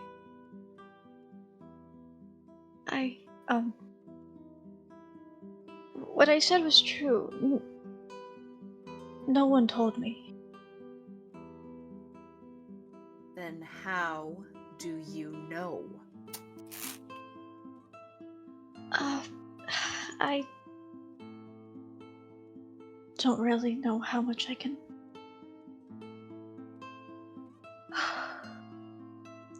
If I tell you, this cannot be told to anyone. Well, quite frankly, if you know what actually happened, then we're gonna have issues. So you're gonna have to tell me, because And not if even it's- Astara there knows the full story. And if it's I- easier, you can speak in the mind. And so nothing is heard outside. Or I can cast Tiny Hut.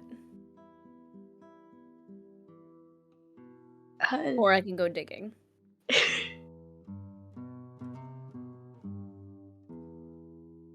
Telepathically, because this is a three-way connection. Mm-hmm. Yeah. Unless stated otherwise, I'm assuming this is telepathic. Oh, okay, Okay. yeah. Telepathic starts now. Telepathic. Telepathic starts now. Speaking in italics. Let's go. Speaking in italics.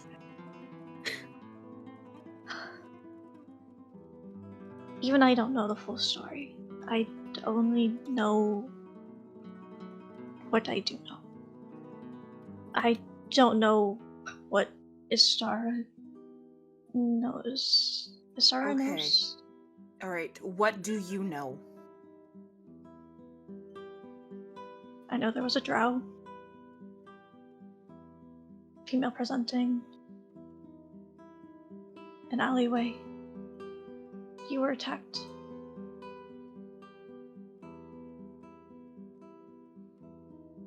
You were stabbed.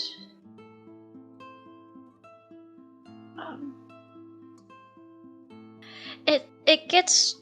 I don't know what is what because the vision itself wasn't clear and jumbled and mixed with your fight with the Stara, and then there was a wave of water.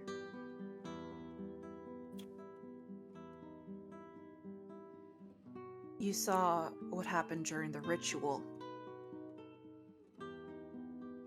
Yes. It's a ritual that can show things of the past or premonitions of the future. As things that are jumbled and messy and not always clear, not always correct.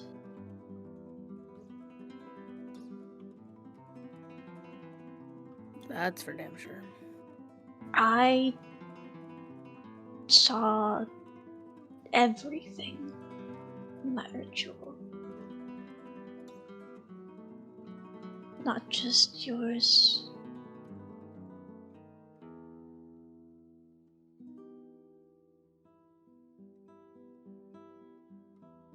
I saw everyone's.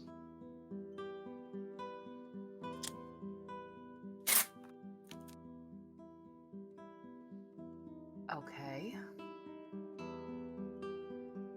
Makes me feel a tiny bit better. Why were you able to see everyone else's and I was reliving my stabbing? I do not know. I can only assume that it might be because I've done the ritual before. The first time I did it, I didn't see. That's been so long, I don't really remember just what I saw.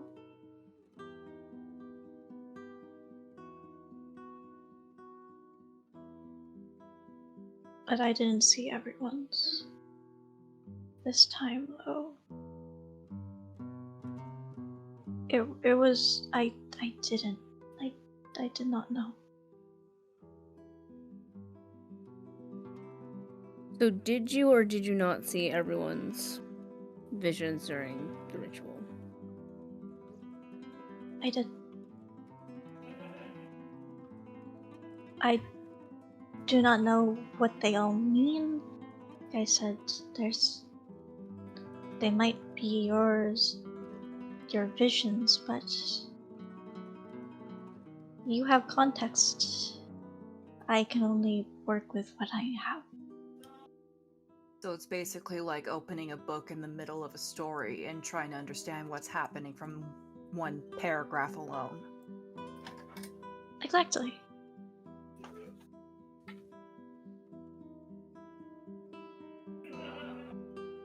I've gotten used to being able to find small context clues through watching, listening. I'm not always right about things, but... Alright. Well, that makes 3 people that know. Well, 3 beings that know a drow attacked me. I am sorry. I pretend I do not know. It's fine. It's just... It's not my fault to know. Civilians aren't supposed to know. Yeah, the part that bugs me is that I saw the future. Mine was the future. And so far, from what I know from everyone else, they saw the past. So you know. Thankfully, you're not a drow and can't get into Nymphaeaceae, but... Okay, so far, those who know about the drow thing are you, Princess, and Phantom. Great. I think you also told Aurora. Yeah, she told Aurora she was attacked. She didn't give specifications. I don't think. Did she mention drow? I didn't take notes on that. I didn't take notes on that either. Yeah, I should have taken notes. I was unfortunate and did not. Rewind a bit. 4 beings know. You, Princess, Lady Rosanna, and Phantom. I'm gonna be honest. Out of those 4, Phantom knows the most. Yeah, because he can keep a secret. Because no one talks to him. I talk to him. He just doesn't talk back. I know, but we shook on it, and he promised you. And I shook hands. He shook a paw. The promise was implied that he wouldn't tell anybody if he could. I was about to say, I wonder if my mom knows because she can talk to animals, but... I'm just imagining, give me your paw, shake. That was exactly how it went. Phantom did sign the petition. Phantom did sign the petition with the paw Phantom print. did sign the petition. Phantom signed the petition that books could be considered weapons. A star's mind now is like, pooh, like, I was like, fuck, Phantom signed the petition. Fuck. Just a fuse blew in her mind. Just like now, there's just the steam coming out. Yeah, the star's like, head. oh. But Phantom knows almost practically everything that I'm able to talk about. But yeah, he's like your that's therapist. Yeah, he's the perfect therapist. He just listens, and he gives me his sassy grunts back, and he's a great weighted blanket and a great body pillow when he lets me. Should really give him a break. He knows he can just get up and walk away if he's annoyed with it. He's not, let's be honest. Well, I know, and that's why I told him that if he wants to use me as a body pillow, he can, and he has used me as a body pillow on that one day when I had really bad phantom pains. Right. Rosanna, why did the detect thoughts not work? Huh?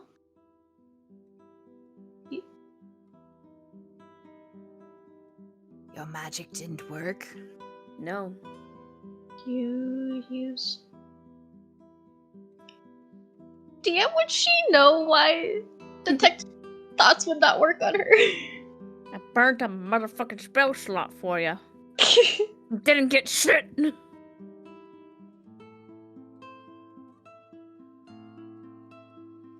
So you can roll Arcana. Yeah. 22.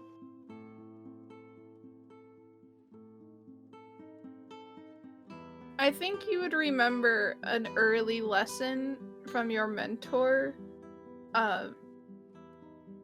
basically emphasizing that to be a part of the overseers and to be granted this knowledge means that you will also you will be granted a power to block others from knowing your knowledge. Okay. A part of being an overseer and being able to have the knowledge I do, it requires fortitude of the mind. So it's an overseer thing. Yeah.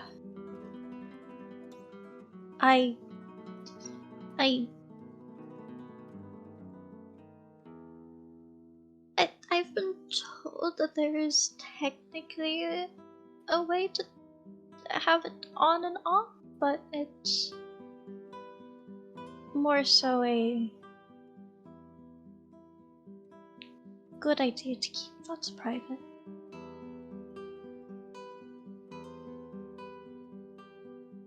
Another thing I have to put in a letter. Great.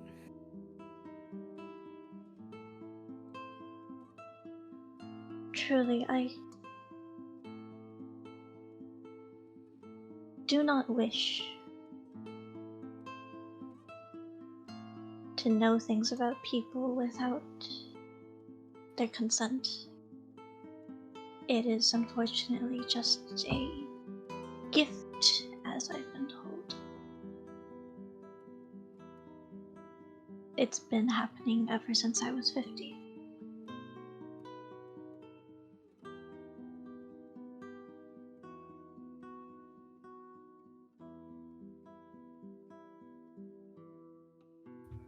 Alrighty then. I appreciate your honesty. When you find out secrets about me, just tell me. I did want to let everyone know. I was afraid.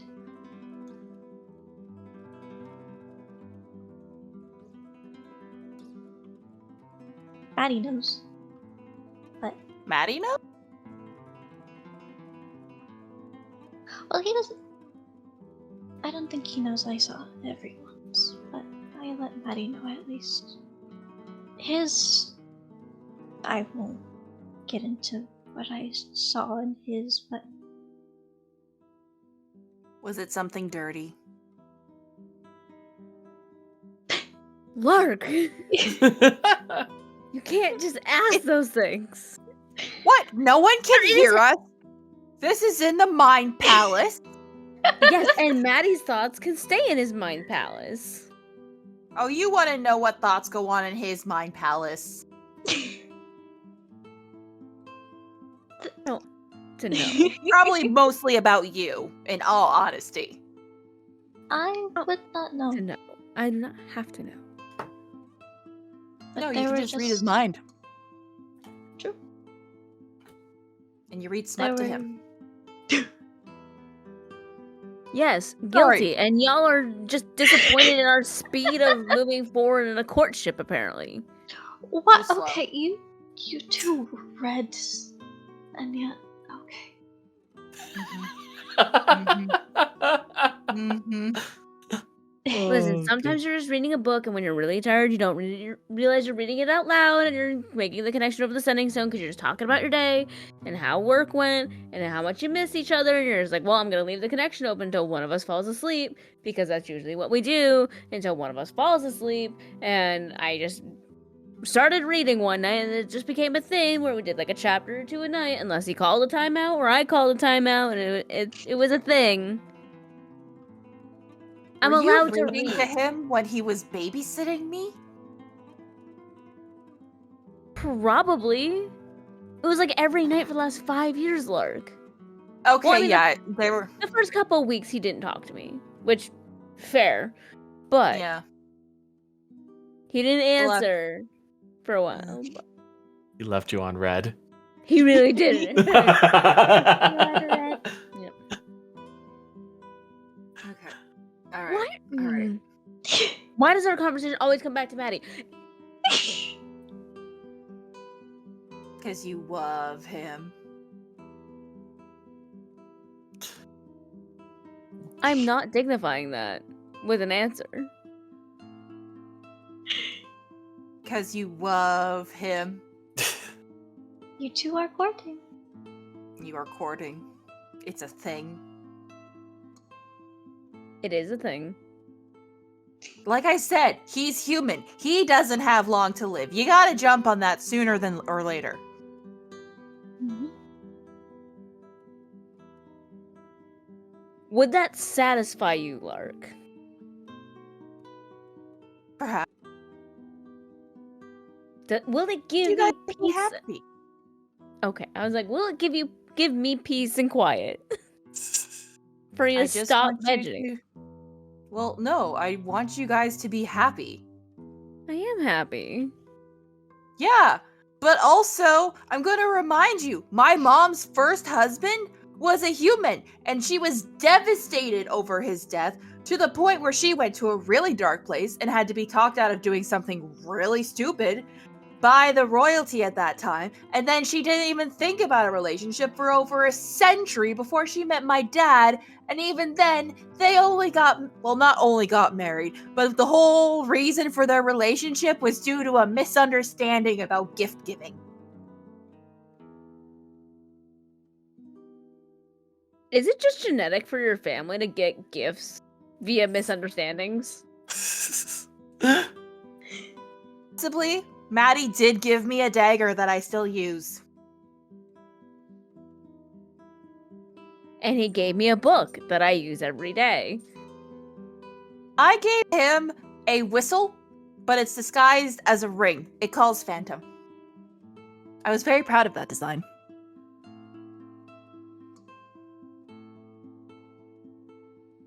Right. Back on topic.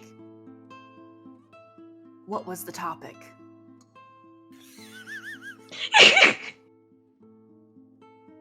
I think with that, I'm gonna pull from I'm like, somehow we always just come back to Maddie. So is that just the topic? I just live rent free in He people's is the minds. What can I topic. say? Look, Lark is very You're too concerned that flirty. her best friend is a very squishy human that's only going to live for maybe a couple more decades. She is very concerned about her human friend. Absolutely. It's so concerning. So concerning. I Also, don't Lark know. is like second biggest shipper, only second to her mother. Thought your mother was Jesus. second to Lydia. Third, Uh, then. I think players with this moment is I imagine your guys' conversations sort of took up majority of your day. You would have the chance to meet up all together before the dinner. Otherwise, you would see each other at the dinner, of course. Mm-hmm. Eventually, somehow, before the dinner, Lark's gonna try attuning to that damn earring if we don't get a Mhm. letter, a little bellboy from Queen Lydia. I'm saying Did no we get a letter? bellboys have arrived. Okay, all right. So she's attuned to the earring, and she's gonna like put it. She's gonna take out one of her own earrings, put on the earring, just be like, "Hello." Dylan, how do you respond? Oh! Let's go. Oh no! Wow. Oh, No, I need to play a particular song for this moment. I rolled to see if Tareth left it, and the dice decided. Upon double checking, the dice decided. Oh my The god. dice decided. What? The dice have a story to tell. Yeah. They do. By the way, just for context, for you, Blondie, I'm listening to that mashup, the Good For You and Misery Business. God damn. Oh. I was not in the Dylan head. Fuck. Oh, Get God, into where the am I? Dylan head. I say Where that am makes I? sense. She wouldn't expect anything from this. Because I would imagine, to give you a little bit of context, Dylan, Mhm. Tareth left this by accident last time he was here, and you've been trying to get it to him. Oh.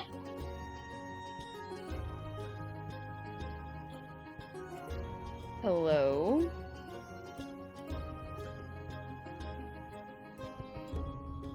Dylan? Yes. Why do you have Tareth's earring?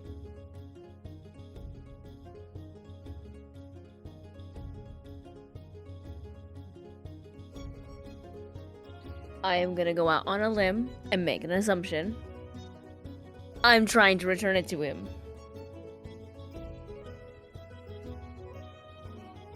I don't suppose you're at the Wisteria Palace. Damn, where am I? Am I back in the Confederacy? Where am I? You're back in the Confederacy. Fuck!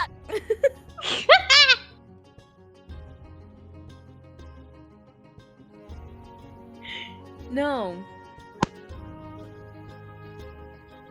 I'm home. Lovely. The Confederacy. Well, this is of utterly no use to me then. Wait. Why is Tareth's earring at the Confederacy? I'm gonna ask you to use your intelligence for 2 minutes. Why would Tareth leave an earring in the Confederacy with me? Gonna. Thank you, Dylan. Have a lovely evening. And she's gonna You first. disconnect the conception. Istara! What? Tareth left his earring in the Confederacy with Dylan Ray. Why would he take off his earring, Istara? Maybe she likes pulling ears. I don't know.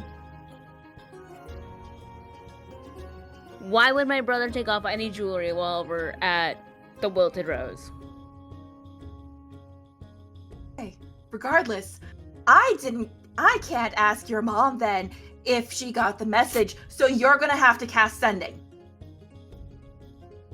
To somebody. Sending today?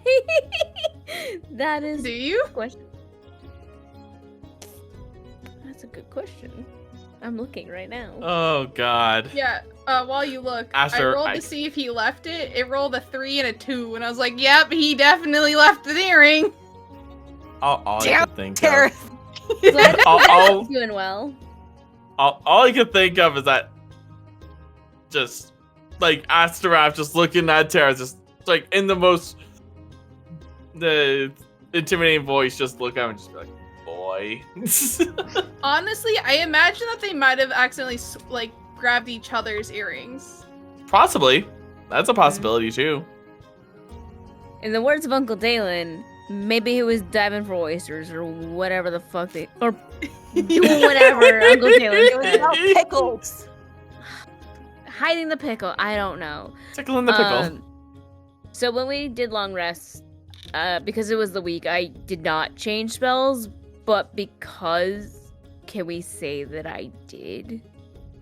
Yeah. Just so we can get this done. Sure. Okay. Thank you, DM. I am forever grateful. Do I want to talk to my mom or do I want to talk to my dad? talk to one of them. Okay, you sent a letter to your mom, right? It was to your mom? It was to both of them. Who would you rather talk to? Flip a coin. Fine. You.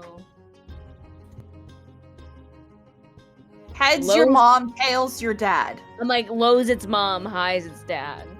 There you go. The 2. God damn it. Look, I would do the sending for you, but I can't do your magic shit. Technically, Aurora said she would do the sending for me. You can't avoid your parents forever. I'm not avoiding. Fine, I just have limited magic. Okay. Gonna cast sending as my dog is unplugging everything. Okay.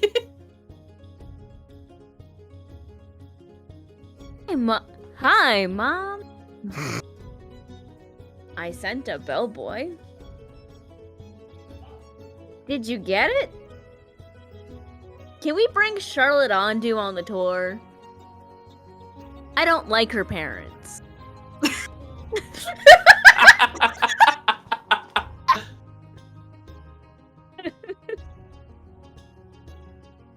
Hi, Mom.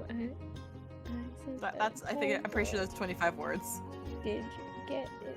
Yeah, that's like I was like, I panicked. I mean, perfect.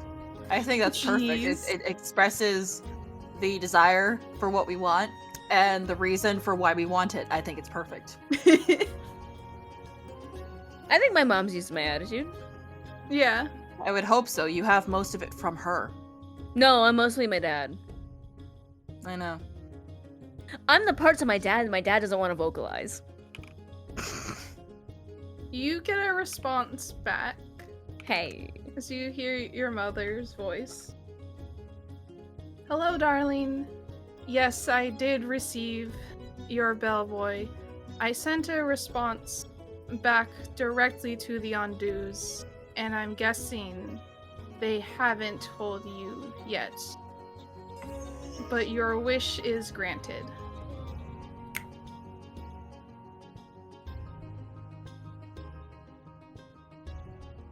Problem solved?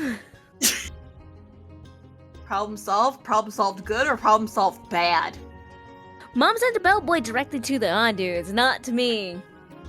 The response went to them, not to me. Oh. You think I could fake being sick so I don't have to be there? I get to, only if I get to join you.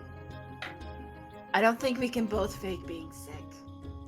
I have an out. You have an out? What's your out? Do you really want to know, Larkspur? Yeah! Star will reach over and grab her cloak, put it on, and there's a small pin on the front. Star's just gonna give it a light flick, and it's gonna pop open. You can actually see a clock face. I have 1 hour, and then when she closes it, disguise self into Adelaide. That wasn't Adelaide at the tape, you liar, liar, liar who lies. Yes, my pants are on fire. We both gotta be there. As much as I don't want to be on the receiving end of disappointed Ondu, I feel like I have to be there to be like, yeah, ignore that. We've grown attached to your daughter and we want her to have friends and get out of this fucking cage.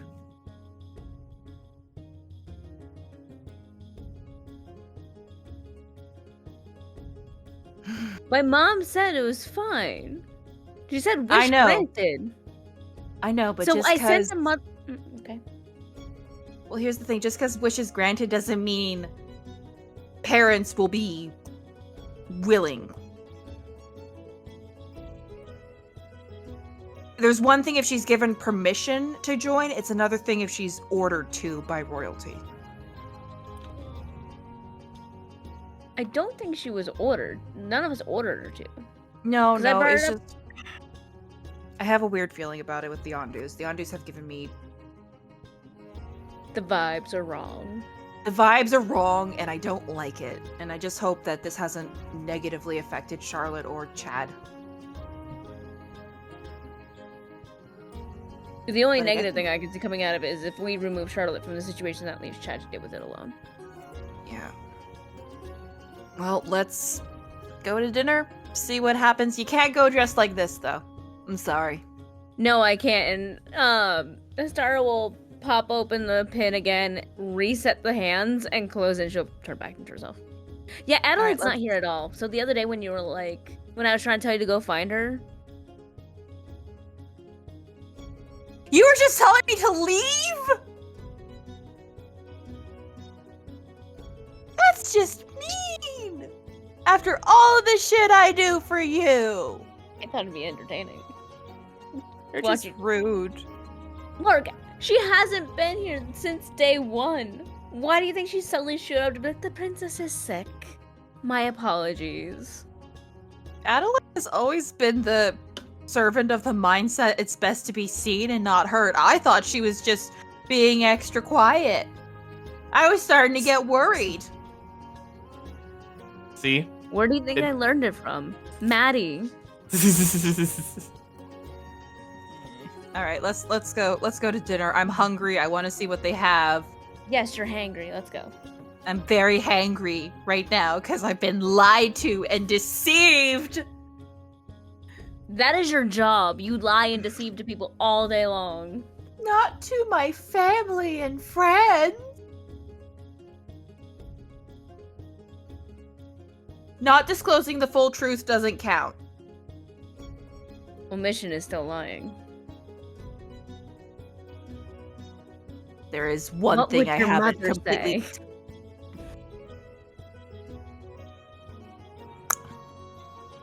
Dinner time.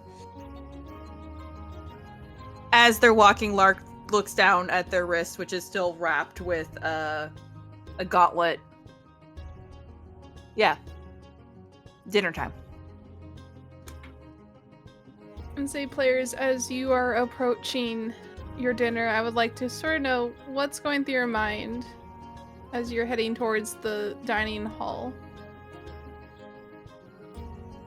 Food. Gotta make sure Charlotte comes on the tour. If they say no, we kidnap the beans. We take them both. We take them both, because if they can't take care of their children and give them the love and respect they obviously deserve, then they don't deserve to have them. Only half joking.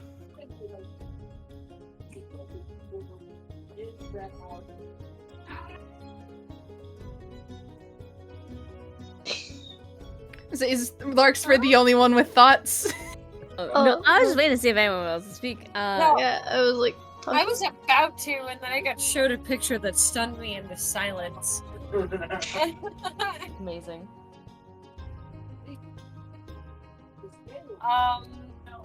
Aurora's still somewhat shaken up from the events of earlier. So she had been spending time with Roland, maybe gave herself like an hour to get ready to make herself look presentable and not like a disheveled mess after what the hell was all of that from earlier. Mm-hmm. And she's just hoping that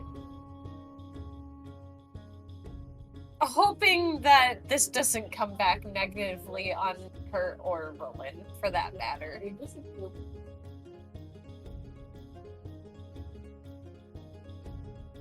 Rosana's still very slightly shaken up about having misspoke, and now more people know things she knows. But she is also thinking back to Crocus and having a change tonight. So she's preparing herself for whatever that could be at dinner. Or later. I feel like Astara, after late night with Maddie, and then not seeing him at all during the day, like just being stuck with like Rosanna and Lark is just like partially like I get to see him, hell yeah, like dinner time. But also like part of her is also like, oh, we're leaving here like tomorrow. That means carriage ride, last meal. It better be good. Like, I need to eat because I'm not eating breakfast tomorrow, or Maddie's dealing with another mess. God damn it. Meanwhile, Maddie's just humming a tune to himself in his mind. He's just Ken. No, it's not just Ken. He's just like, he's not entirely worried about the situation or anything of the sort. So he's just like, okay, well, we're getting ready to head on out. So he's just, he was very much more at peace of mind after sending that letter. So that's pretty much his thought process. Is like, okay, I dealt what need to be done. No need to stress out until I hear something. So he's vibing. He is very much vibing. I believe that's everyone, correct? Yes. Mm-hmm. Yep. All right. You would all arrive probably at dinner around the same time as the Ondus have already been seated. And my victors from the tournament, you guys would recognize this being the same room that you had dinner last time. Ooh, But fancy.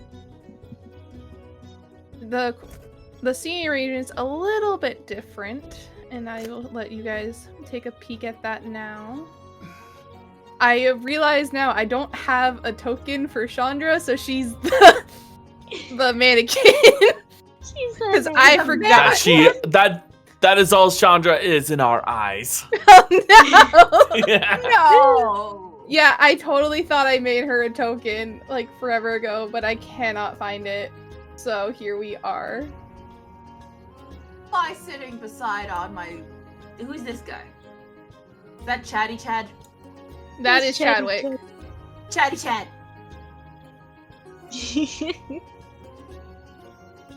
Who am I next to? I don't have Roll20 open. You're next You're next to Maddie and the lady of the house. Ooh, fancy. Opposite. That's the man of the house. That's the man of the house. Correction, man of the house. I'm between two men. Amazing. At least you like one of them. I'm between Astara and Lark. Yep. You're just like deja vu. Yep. As servants would be like at the ready to pull out your chairs for you as you are greeted by the Ondus, each giving a respective bow of the head before taking their own seats. And Chandra would be the one to speak up first. I'm so delighted that you have all spent your time here with us, and I am deeply saddened to know that tonight is your last night with us. We've greatly enjoyed our stay here. Indeed, you have been very gracious hosts. And that tournament, quite fun. The banquet after, even better. The food was to die for. It truly was an honor to be here. But alas, we do have to continue on with the tour.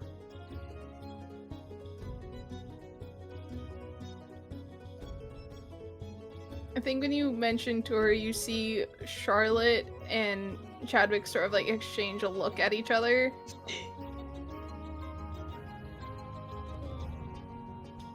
He would make mental note of that, but not really react.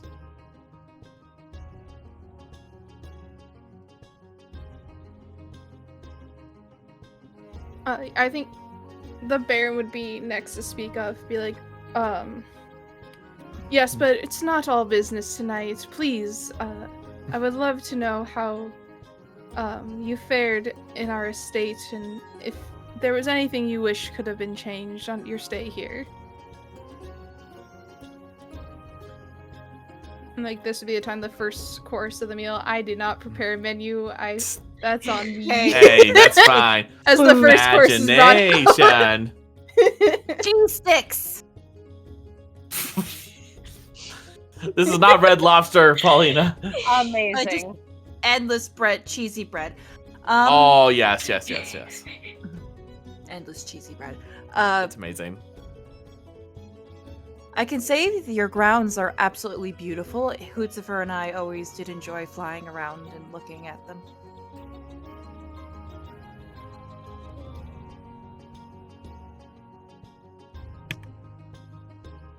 As for things that could be changed, I honestly can't seem to think of anything off the top of my head. You have been an excellent host in all regards. I lost my pen. Not the pen. My time here was wonderful, but if I may make a request.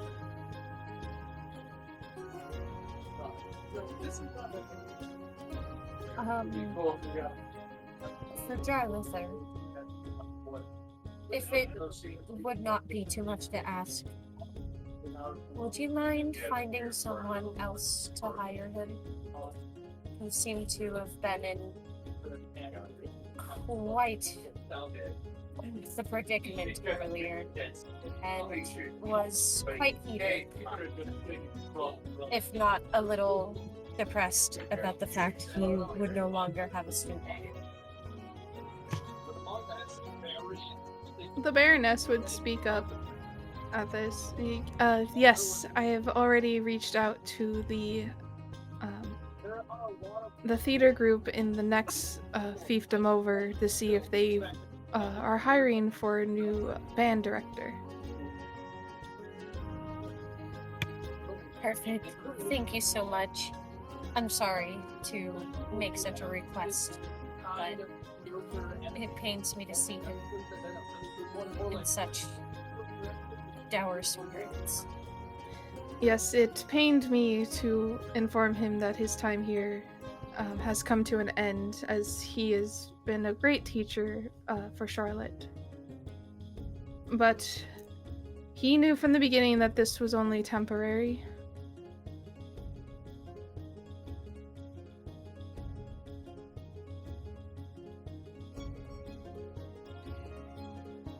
I must say I have greatly enjoyed perusing through your library and making use of the observatory. It's very rare that I see a private collection attempt to rival that of the overseers.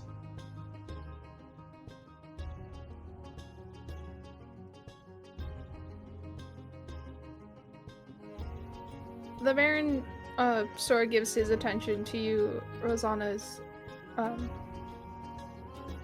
Yes, we are gracious enough to have an extensive library here, but I would not be surprised if you have you come across other libraries much grander than ours on your travels.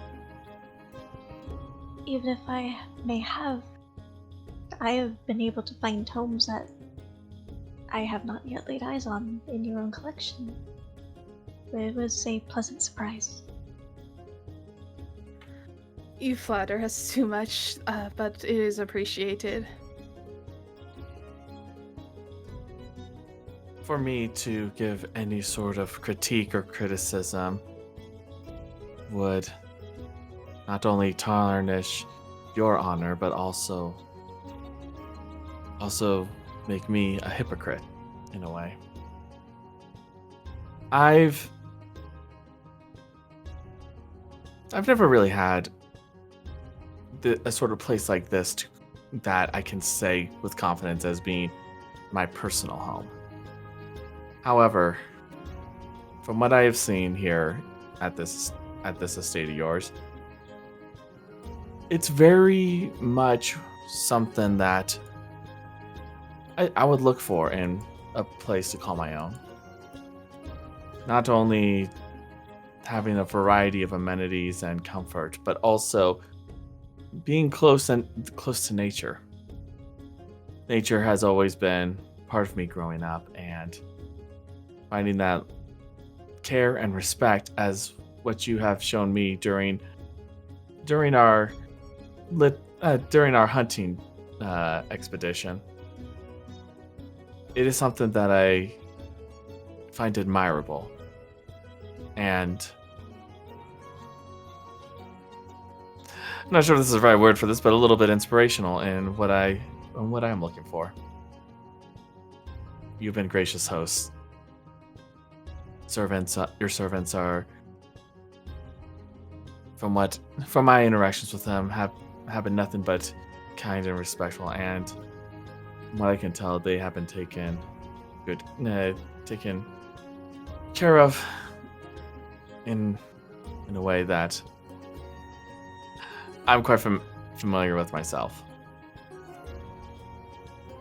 So once again, I thank you for being such gracious and honorable hosts.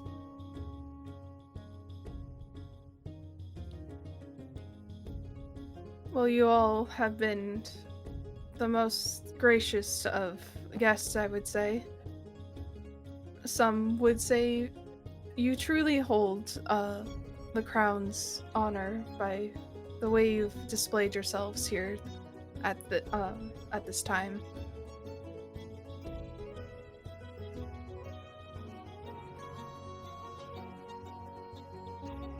And say, as you have been eating now, more or less the second course would be coming out. Mm-hmm. Before Miss Ondu speaks up again. Where do you all tend to travel to next, if you don't mind me asking?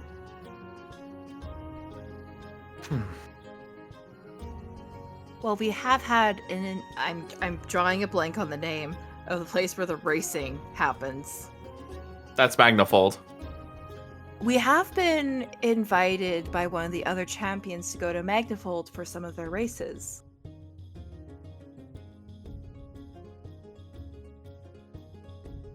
That's quite a jump across the country for your next, I guess, destination. That is true, so I would understand if the other members would be interested in going to one that's a bit closer.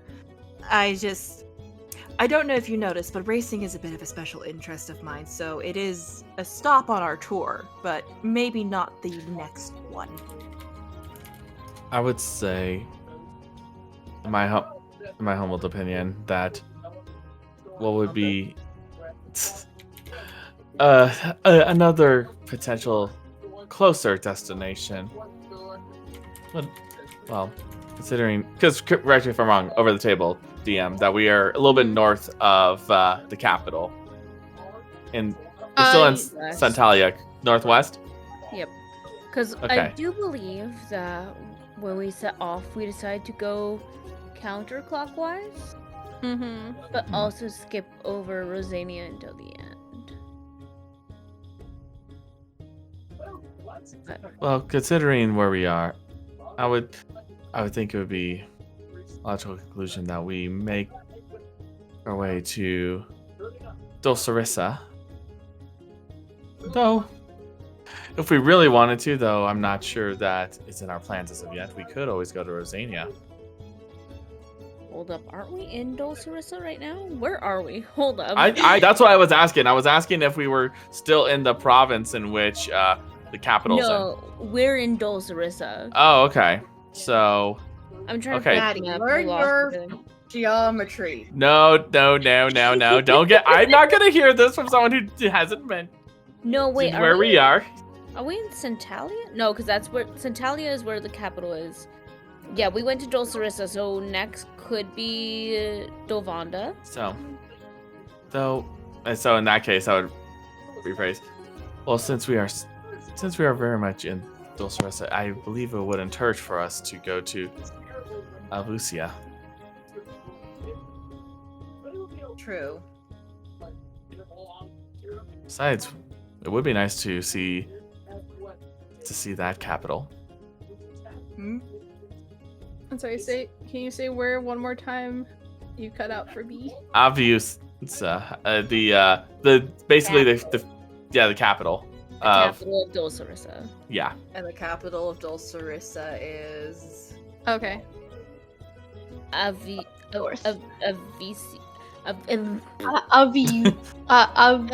Aviusia? Yeah. Yeah. Yeah, that's how it's pronounced. It's Fantasy. Names. fantasy language. When you say that you're going to fuck, Aviusia. I can't even say it. Aviusia. Nymphaeaceae. Too many names. You would see the Baroness sort of perk up. Well, if you are going to the capital, I must suggest that you go and visit the Decker family that's currently residing there. Oh. You can even tell them that I sent you. What do we know about the Decker family?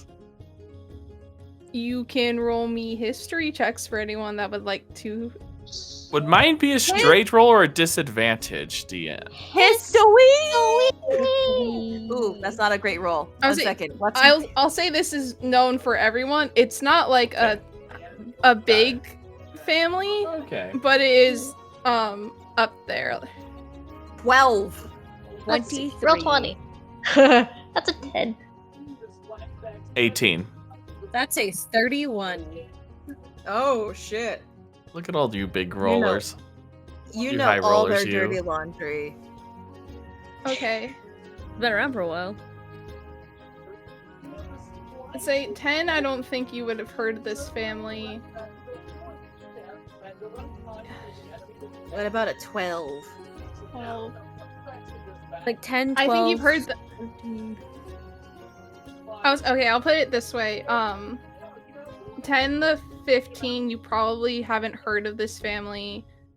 18 to 20, you would have heard them more in passing, as they are one of the more up and coming families that are starting to make their presence known. Above a 20, you guys would have heard about I think most recently you would have heard about their daughter, Serena Decker, who has recently been making her rounds known throughout the city as sort of like a charitable work, as she's a bit more inclined to help other smaller businesses kind of achieve their goals. You got 32? Yep. Jesus. She knows who boinked who. She knows who boinked who. She knows their whole genealogy. I would say a 32, you would know the Deckers as they are big fans of the arts, and they are like a benefactor of the Royal Academy, like one of the sponsors. Oh, I'm sure that would be a treat. Aurora Are just they good became one of friends those. of yours, Chandra? A little bit. We've run into each other on a few occasions at the theater up in the capital. I see. Well, I'll definitely pass along the fact that you sent us on our way over to them.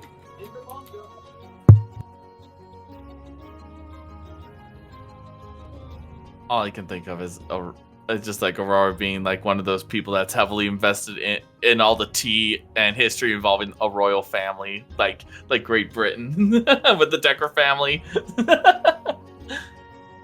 Listen, she's lived on this planet for 650 years. It's only natural.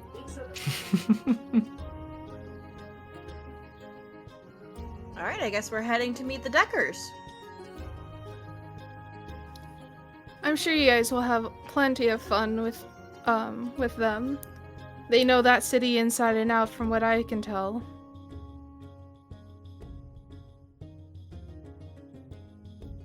Dungeon Master.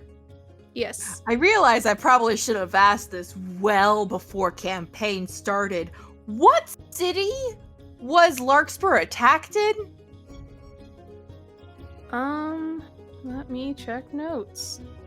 Were you even in Azuria? That is an excellent question. I assume she Okay. was.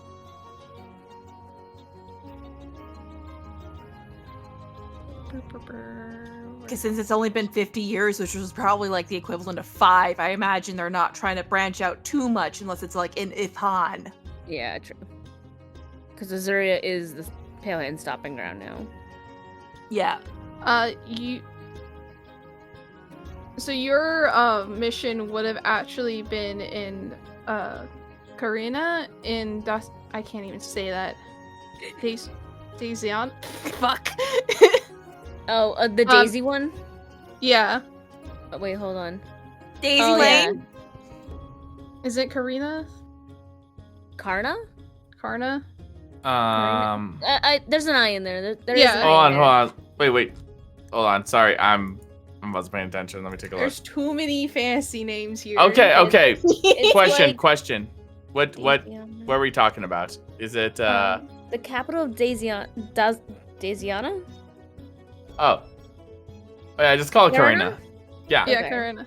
It's Karina? Dysana, I'm pretty sure. Is Yeah. it? Is it Fuck. Daisana? Yeah. Can we have a D-A-I? pronunciation right? You're giving me I was homework. a gifted one. You are giving me literally- homework, I've not Blondie. been saying Again. names. It's literally spelled D-A-I, so... Yeah, it's Dysana. Guys, English isn't the best language for me. I'm dyslexic. And you're giving me homework.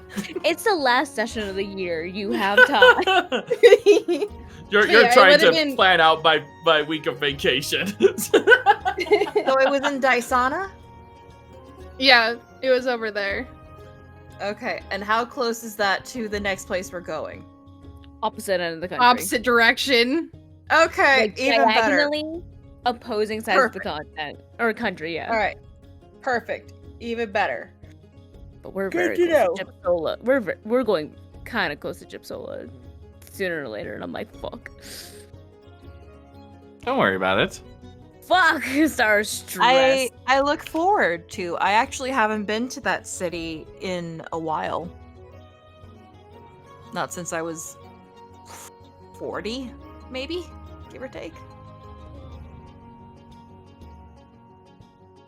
Ugh, Jesus. Bug? Nah, it was. I don't know what just happened. My body just like rejected something. I hate it. I hate it when my body Jesus. suddenly rejects something. It's the worst. I hate it. Anyways.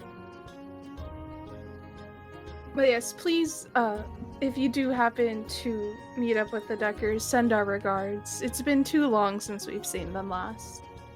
It would be my pleasure.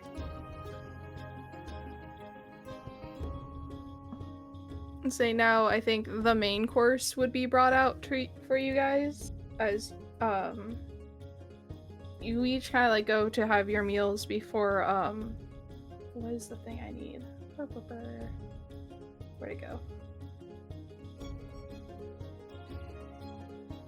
Can I have everyone please make a charisma save for me? Is this a charm-based thing? It's not. Okay. Is it a spell in general? It is. Cool, I have advantage. Do you you'd have to make perception to know though, because it'd be like sleight of hand unless it's stated otherwise. 14? It just says advantage against spells because it's a magical item I wear. Okay, then yeah, advantage. This is not a charm or anything, is it? No. Nope. Nope. I got a Unfortunate. 14. Dirty 20. 12. That's a 19. 18. Aurora did not roll good. You're very I'm gonna- excited about meeting the Deckers. It's the arts. We're going to the city of the arts. Okay, so then Larkspur and Aurora, you have both failed this as you feel compelled to only tell truths. Oh.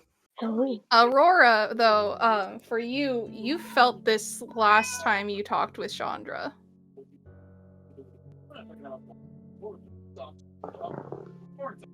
Cheers! No, oh, Lark- nice. Was this from the food or from the drink?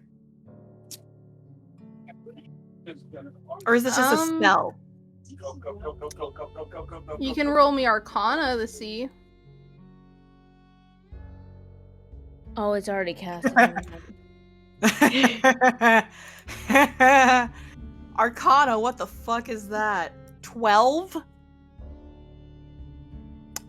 There didn't Aurora seem to be doesn't lie anyway. good to know. The food nor the drink seem to be altered in any way.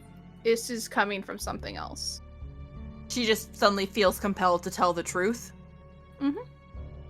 Above table, you two are subjected to Zone of Truth. Oh. Oh. Gotta love it. You can still tell half-truths. Yep. That's up to the DM on that one. True. That's what you. Larkspur blinks, looks around.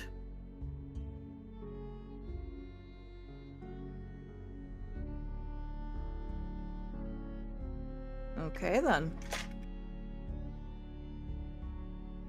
Excuse me. As this meal continues on,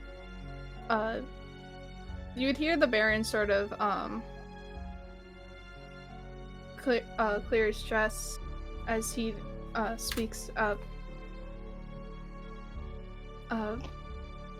Regarding more serious topics this evening, we were a bit surprised when we received a letter from Her Majesty extending an invitation to our daughter, Charlotte, to join you on the tour. Yes, sir. It seems that my group of little fledglings here has grown quite attached to your daughter. And on top of that, as a mother myself, I can tell that she would like to spread her wings a little bit. Just for a little.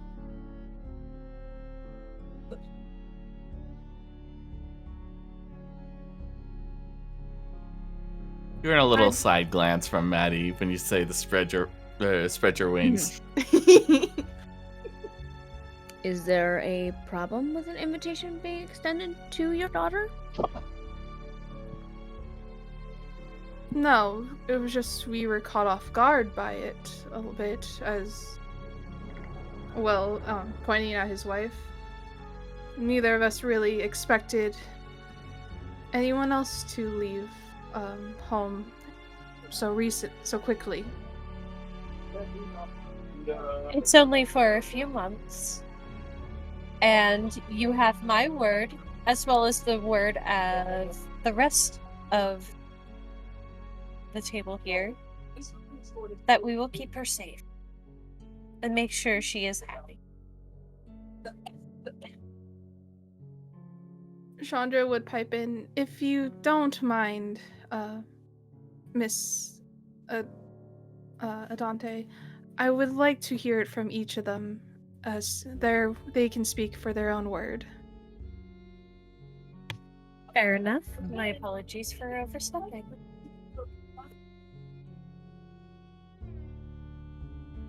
Well, that explains the spell then. As you both know, this isn't my first tour. Although it is my first time being a guest, the last time I was on tour, I was actually security detail for the Royal Majesties, Queen Lidzel and King Asarath. I am more than capable of looking after both myself and your daughter during this trip.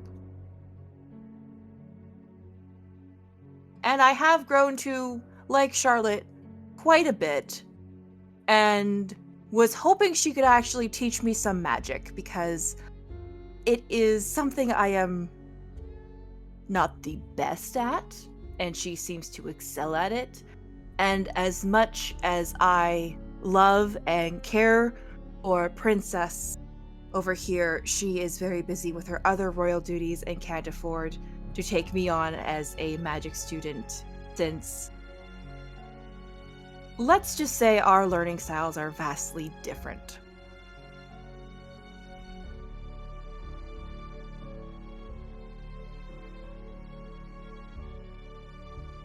I will speak honestly. As a young adult, there's nothing that I value more than my parents asking me for my own opinions. That adult responsibility is mine and mine alone. The night of the banquet, I spoke to your son Chadwick about the idea of Charlotte coming with us. And he seemed supportive of his sister. And so then we discussed it with both children directly.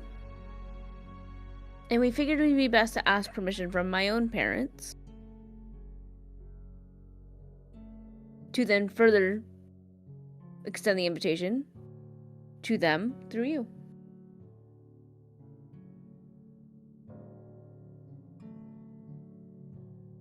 My mom said it was okay for her to sleep over if your mom said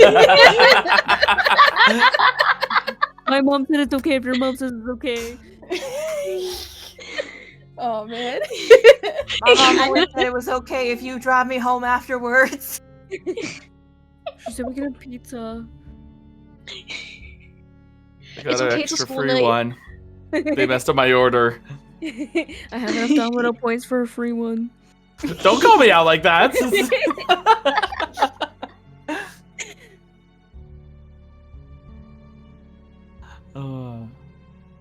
I have just ran out of spoons. I apologize. Oh, you're good. You're good. Very good. Okay, we're almost done. I We're know. almost there. You can go ahead. Oh. Oh. Yeah? I was saying over table. You can go ahead. Okay. You're the last one. No, Maddie also. Maddie's the last one, yeah. Maddie's gonna be last. Oh boy. Believe me, as an only daughter, I come from a family who looks after me quite a lot. And as much as I love and appreciate my parents, and as much as they have their own reasons for putting me on this tour, I've come to learn that I very greatly appreciate having been pushed out of the house and away from my own studies. I do believe that the friendship that we all have started to form with your daughter, it is something that I've only experienced one other time. And that is a friendship I hold very dear to me. So, I would very much appreciate if we could extend that gift of friendship. And a little bit of exploration to Charlotte as well. And while my own defensive magics are lacking better words, you've seen the amazing things we all can do. I don't believe that she wouldn't be in any better hands than our own. And she can care for herself too. I feel like if her and I were to duel, she would probably win.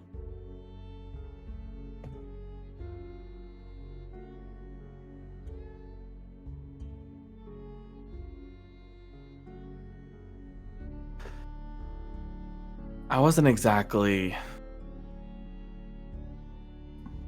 part of that whole thing, but more so, I just didn't feel it was my place. However, if there's one thing I've learned on this tour is that it is an opportunity, not just for those who have come from a place of status or notoriety, or from a place of just from whatever reputation that they might have had from their ancestors. It's an opportunity for not only to see the land, but also help it get your own identity in a way. I would, much like you, I was caught off guard by the sudden invitation. I'm not someone who has the sort of expertise in dealings of culture such as Rosanna or Aurora. I do not have the status in which Her Highness holds. I don't have the same sort of experience as Larkspur does. And yet, someone like myself who served as just a huntsman for the royal family, they understood, they saw something in me. And that opportunity was presented to me.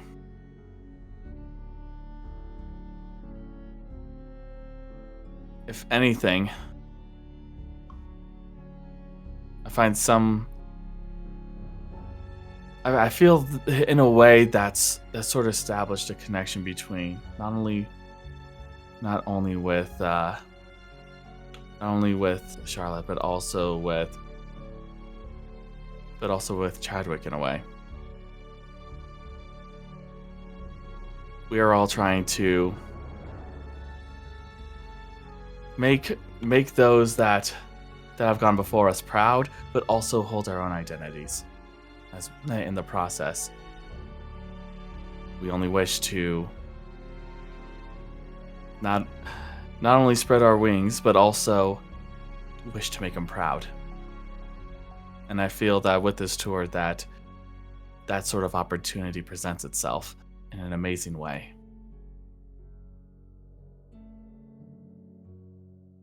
And I believe that it presents that opportunity. And he would say this looking at both Chadwick and Charlotte.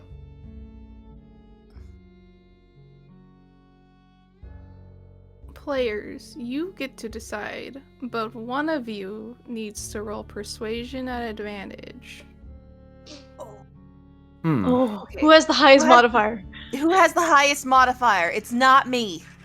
I have a +9. Surprisingly, I only have a +5. Only have a +5. Why am I the second highest with a +6? Oh god, I'm the highest?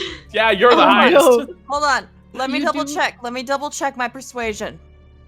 I'm only a +4. I'm just scared. Come on. Oh, you're putting this in my hands? Do you want to, no. or do you want me to? I have the highest persuasion. And I have the second highest, so that's up to you. True. Is it with advantage since we all helped out? Yes. With advantage. Okay, Okay. so come on. I believe in you. I'm gonna use the special advantage die. Oh. Special big advantage die. Come Alright. on, baby girl. Come on, baby girl. This determines if Charlotte joins us. What? Oh no, you rolled in that one. No, You rolled No. double that one. I did not. That's a 17. I should have rolled digital. It's okay. Digital dice have not always been kind to us lately. It would have Guys, been it worse was if it was almost- me, because I rolled a nat 1. It was almost a nut. It was. It would have been. It Hey, was it would have been almost worse a nat 20. with me. I rolled a nat 1 on my die just now. And say neither of them say anything as you finish the main course. As dessert is finally brought forward, there's been sort of this stagnant energy in the air since you each sort of pleaded your case. And after a little bit of eating dessert, you see Charlotte sort of pipe up. If it means anything, I would like to join them on this tour.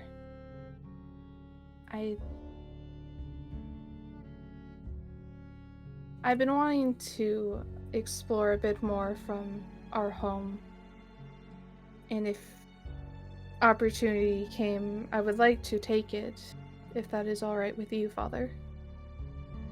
And you see the rest of the Yondu sort of just kind of looking at the Baron, as he's kind of hasn't really touched his dessert, as he's just sitting there observing.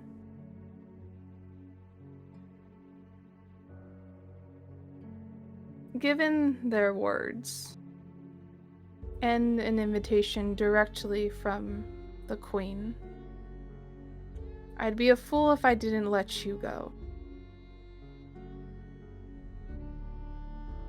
But be rest assured that I will be making checkups on you, and I would hope that all of your words are true tonight, and that your best intention is for my daughter, if she is to leave.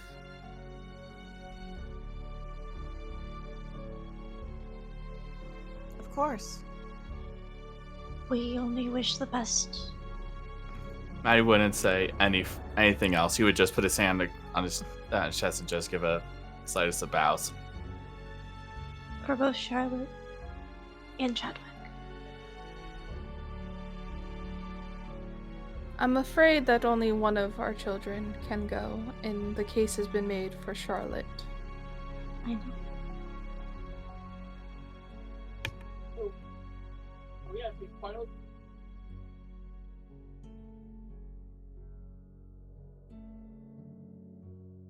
If there's anything we can do to help provide a smooth transition for this new development in your tour, by all means let us know, and we will do our best to have it ready by the morning.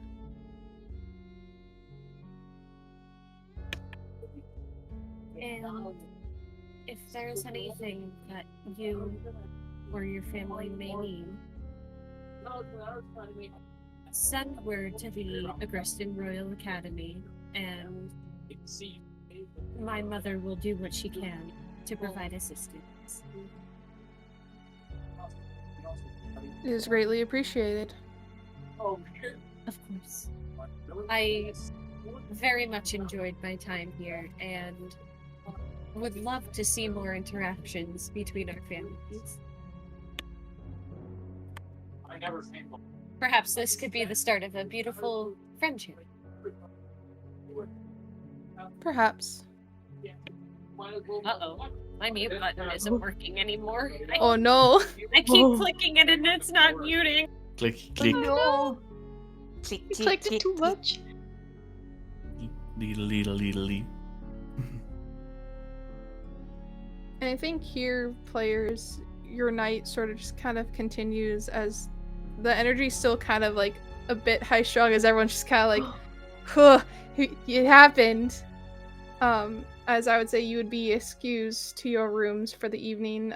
I do see a hand. Yes. But Matthias wouldn't actually go to bed. However, he would request to have a private word with Chadwick. Yeah, you're able to get Senior a or Yes. junior? I'm like senior or The- the third? The son. Yeah, Chad. you're- Yes. Chad. I believe you would find him in his chambers. He would knock on his door.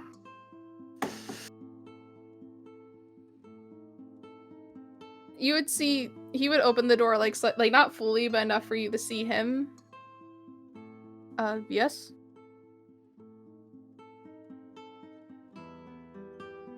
He would have a slight smile before saying, "Hope it's not too early for you to rest. Just wanted to have a word with you." Not at all. Would you like to come in? I don't see why not.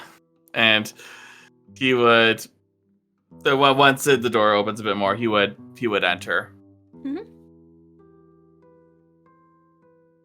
I think in here, if I double check a thing. Ooh. Things and stuffs. Stuff and things. In his room, you would notice that in most like private quarters, you know that there tends to be like sort of like a bed and like a writing desk set up and stuff like that. In Chadwick's room, though, instead of like a writing area, it's more of a tool bench, as there are like various pieces of armor sort of like scattered around his room. And as he enters, he takes note of it, but he just looks back to him and says, "So did you apologize to your sister?" You would see him laugh as he like kind of heads back over to the workbench, and he continues sort of like bending some metal. I'm actually working on my apology gift right now. Oh. Well, hopefully I am not intruding upon your work. No, you're not at all. Actually, I'll ask you, since you're the one who set the wager. Do you think an armor set is more than enough to suffice? I honestly think that not only would that suffice, but can't think of a finer gift from an older brother. Seeing as I'm not going to be physically there to protect her, I might as well give her something that will.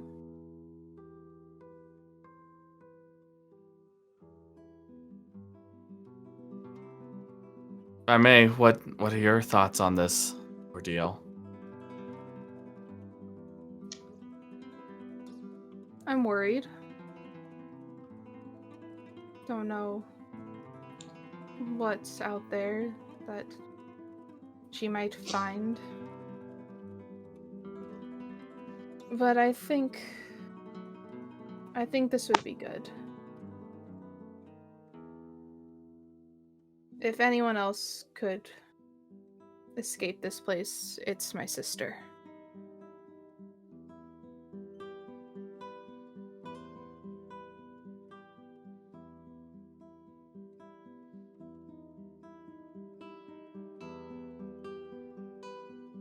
If I may, I'd like to share something a bit personal with you. You see him kind of like be like, what? I'm very familiar of,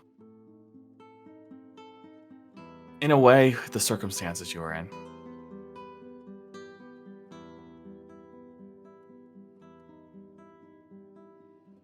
I too once had a sister. Had? Yes, an older sister. My condolences. Thank you, but that's not the reason why I'm mentioning this, but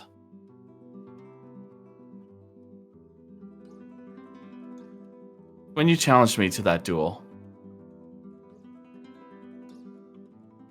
in a sense, I saw a bit of myself in that moment.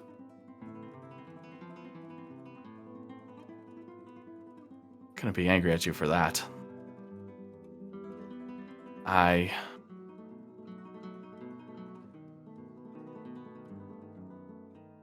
don't know if it's just part of us as being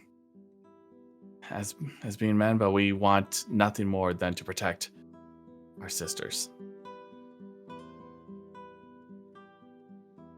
Now that's something we can agree on.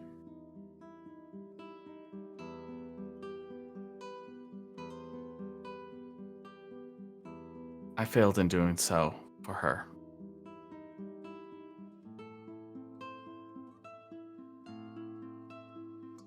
Yes, I was young at the time. She was always in not in the best of health.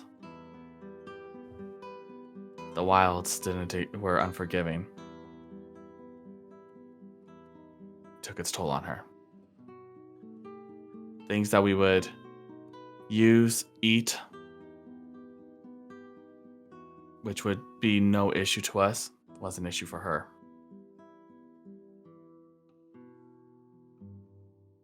The wilds took her life.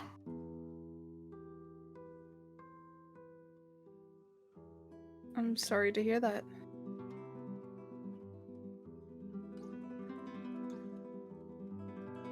I, to this day still, wish that I could have done more to help her. But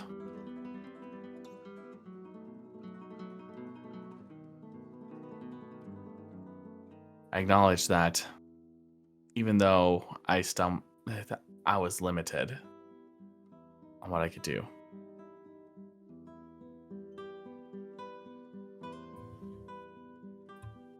I still wish to do better than that.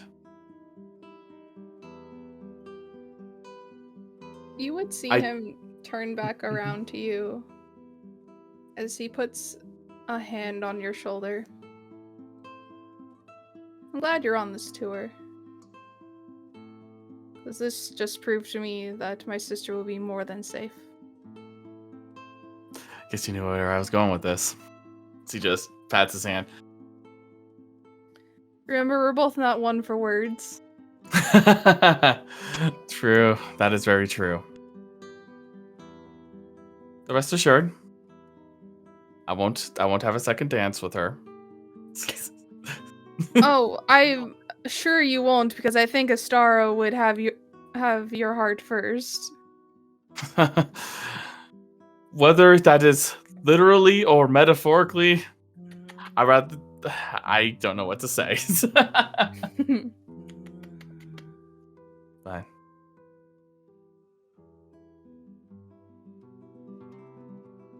I'll do what I can. As if she is my just as if she is my sister. I appreciate it. Apologies for us getting off on the wrong foot. Water under the bridge. Although, I will admit, it would have been quite entertaining if I had ended up losing. It's a very different story. Very different story, yes. But...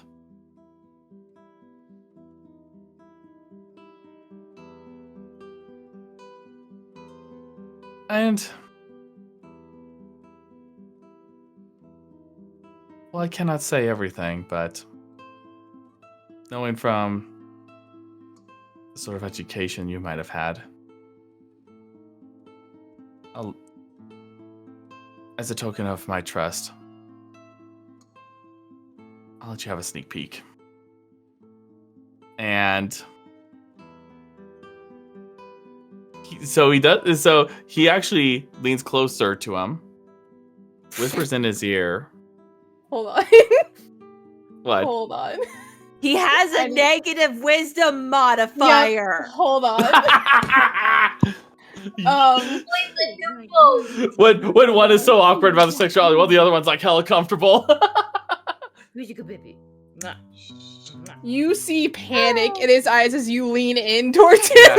Yeah. So he leans towards his ear as he just says, "I assume you know the motto of the house. Spread your wings and bear your talents."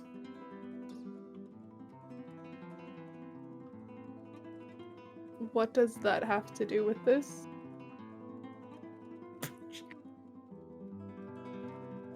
He pulls back and he says, Was it you still see that like kind of like panic in his eyes, just like yeah, what is happening?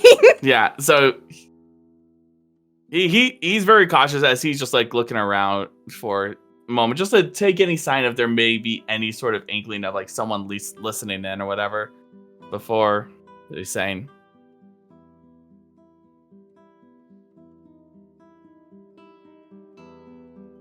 "The family who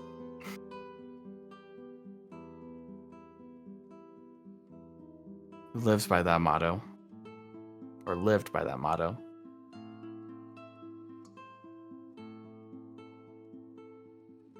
will certainly make sure that you and your sister will spread your wings."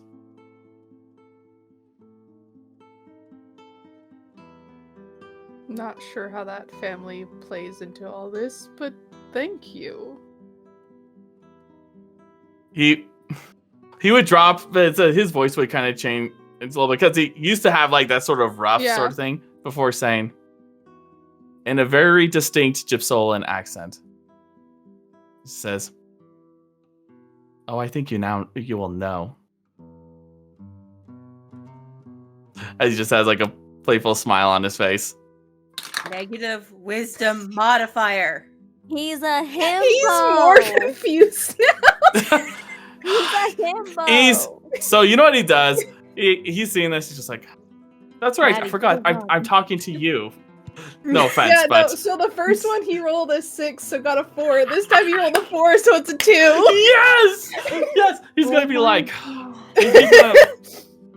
he's like, "I'm trying to be as okay." He's just like, he's like, pause. I'm trying to be. He's like, "I'm trying to be as discreet as possible because I don't know who else might be listening in on this." Oh, there would be no one. My parents made sure that these walls were made for no scrying, even. Noted. Well,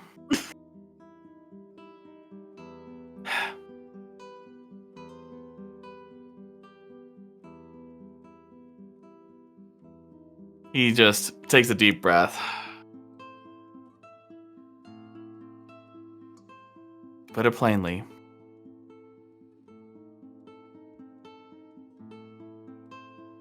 as a member of House Santh, I guarantee your sister's safety.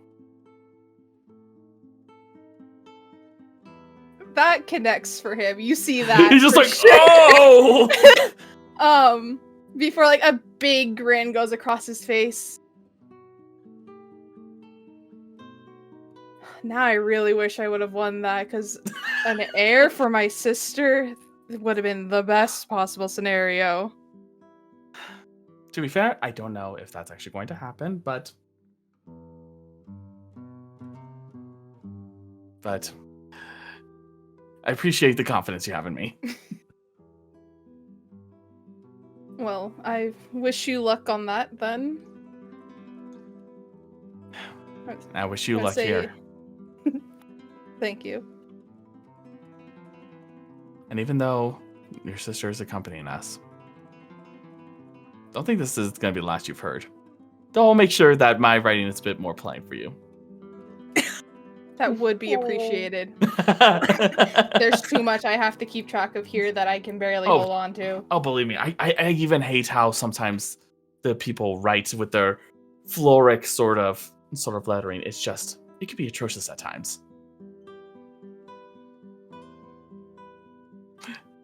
I would swear sometimes the letters on the page seem to shift around when I'm trying to read it, but that's a whole other thing. Sometimes it is best to treat it as if they are scratches from...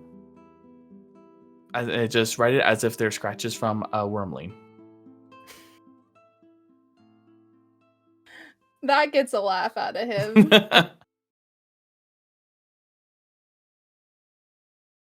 I think this would be here where I sort of pull away from the scene, whether or not you're still hanging out with him, I guess. Oh no, so he would actually be getting ready to leave, but the one thing he Okay. would say at the end is that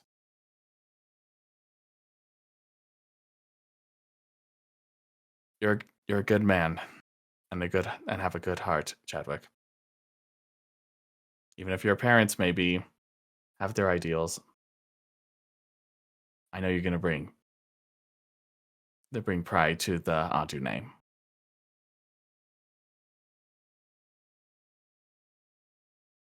He'll let you have the last word for this. Mm-hmm. As you head off to bed. Yep. And players, can I have everyone but Rosanna mute, please? Woot woot. Oh. Mute or deafen. Mute. I want you guys to hear this. Oh, I was scared that this would happen after dinner. Nighttime, bitch. Nighttime things. Oh god, Atreus, I'm probably gonna need to write notes, honey. You can't be laying across my keyboard right now. Oh, buddies. He's sprawled across my computer. Honey. Okay. I will make this work. I'm gonna have to push your face, dude. You can always go back and rewrite your notes later when the VOD goes up too. True. I could. Let me get that out of here. There we go. Is that comfortable for you? Was this For you? Yeah, we'll do this one. Rosanna, as you have... Oh, that's not the right button. As you have drifted off to sleep, your whole time here, there hasn't been too much change from the dream that you normally have. Very similar to the one that you experienced, what was it? That day in the carriage when you fell asleep. It still kept ending with you getting into that carriage and riding off. But today it's a little different. This time, as you are in the carriage, you feel it start to slow down as it comes to a stop completely. And you're in a new area. This area is a bit similar to the old library that you remember. But I would like to ask you, the player, what is Rosanna's dream library look like? As in, like, what she would, like, want a library of her own to look like? Oh, God.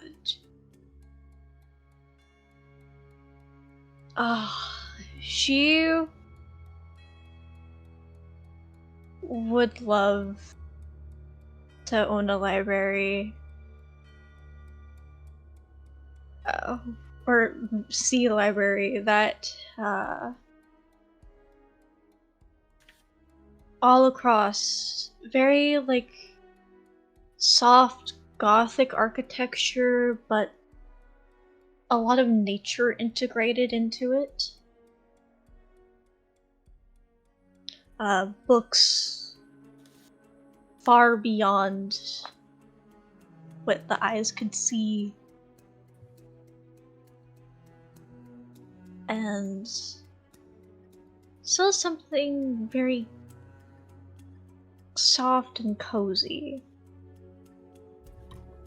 Probably in the center, a large tree which acts almost like words. English. Acts almost like an index for like where everything in the library is. Mm-hmm.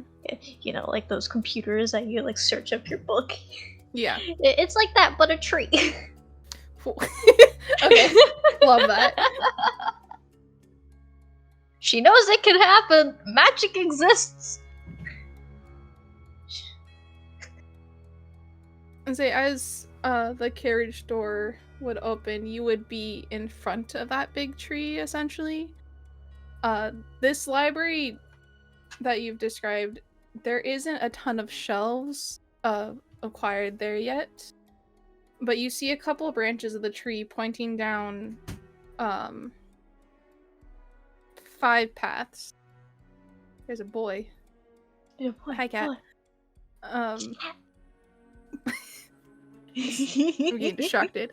As there's sort of 5 branches pointing at various 5 bookcases.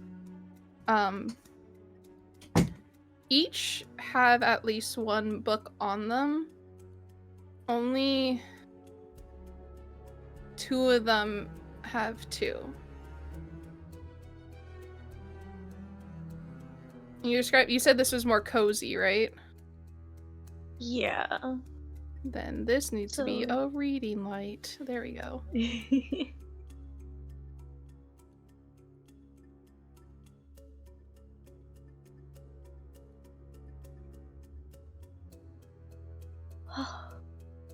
Well, this is different. She'll look around, noticing the sparsity of the books. She'll probably go to the first one that she sees that has 2 books on its shelf. Mm-hmm. But while going around, she'll kind of like look through and like try and read the spines of the books as she walks past, out of curiosity.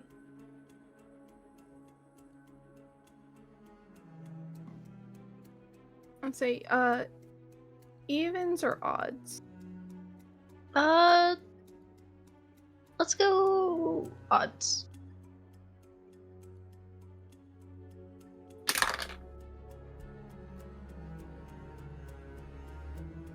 So the bookshop that you stopped at with 2 books, there would be the 2 names that would be on there. Would be one would be named Our First Dance, and the second would be named Our Moment Apart.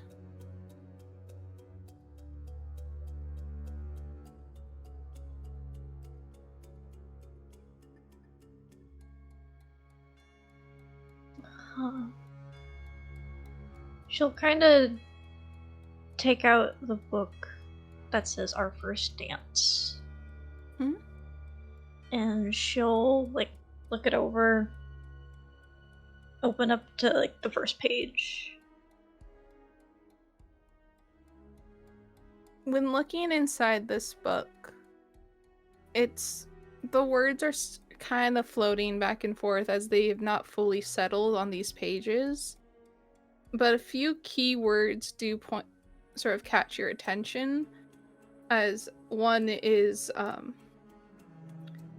I'll be on the sidelines, and another being brain's forgetting words. Fuck. English? Another one would be the sort of like descriptors of a grand stage with only one person in the audience. Sir, I am trying to write. No, not allowed. If I'm not allowed to write with my cat, you're not either. All my Chrome tabs. Amazing. Sir, you closed my notes. No notes. god. History. Restore a window. Here we go. Okay.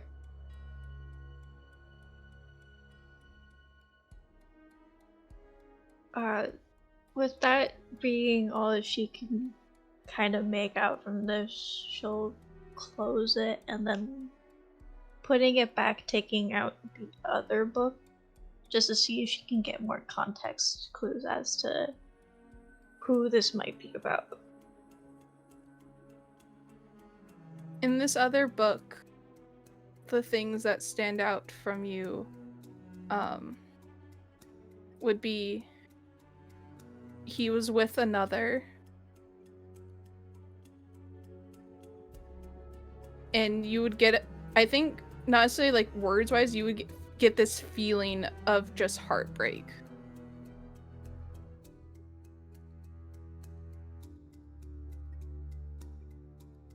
Oh. This...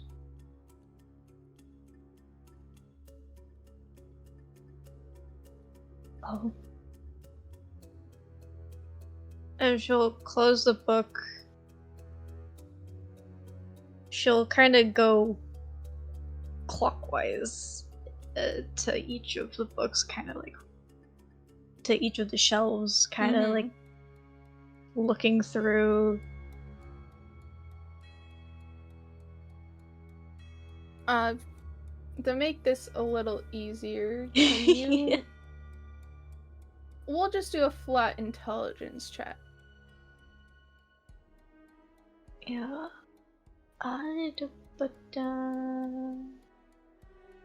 Right. Virtual tabletop not found. Thanks. Oh my Well, god, you shit. signed me out of Roll20? How do you manage that? Pure talent. My goodness. Close. Reopen the game. Oh my god. Chrome must have logged me out when it like closed. Thanks, Chrome. Okay, let's try that again. Intelligence.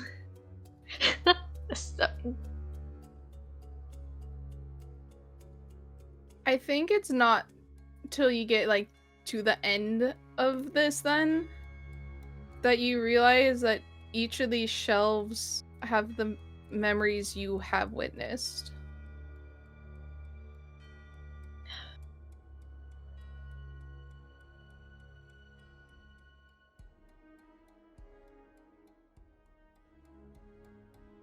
Hey.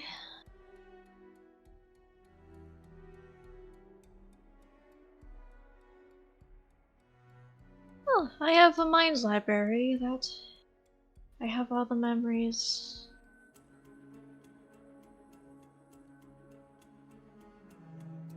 Of the others. Okay, these are their memories.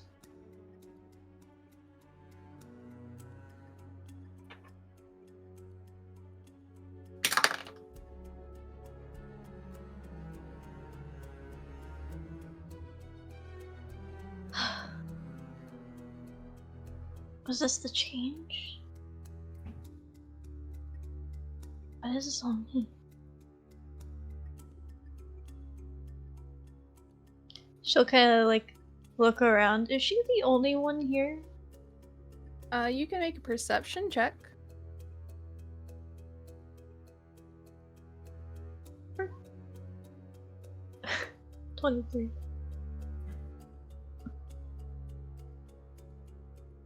You hear footsteps as if someone else is also perusing the other shelves. Not the five. Not. Did I say 5? How many people are? Yeah, 5. Or 6. Fuck. I can't think right now. No, it's 5. It's 5. As there are other bookshelves here, but the tree's mainly pointing at these 5s, but there's footsteps kind of farther off. Having kind of figured out what these books are about. And this being a new place, and hearing footsteps, she's going to go find the source of them. Or at least try to.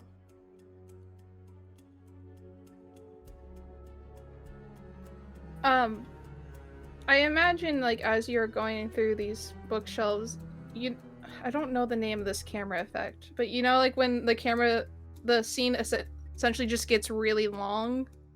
Yeah. It's like that with the bookshelves, as it feels like that section just goes on. And you spend what feels like a good hour or two walking before you finally see a figure standing at one of the bookshelves, taking a book off and sort of looking it over before going to the next one. Hello? You've made it. I've made it?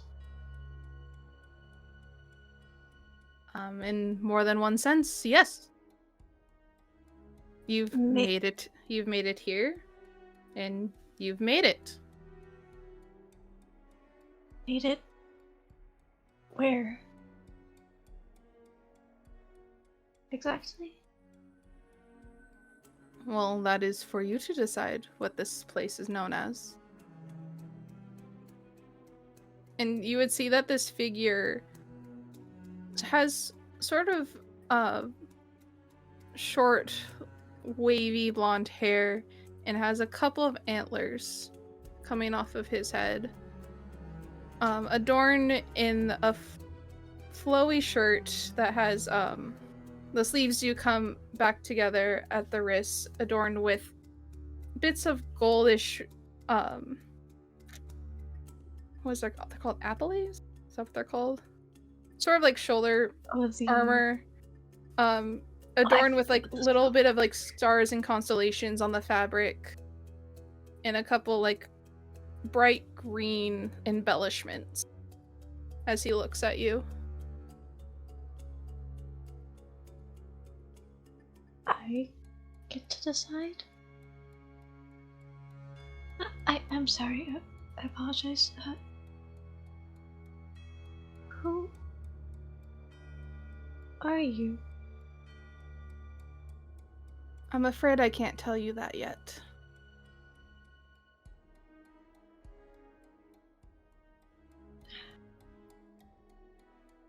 Well, it's nice to know I'm not alone.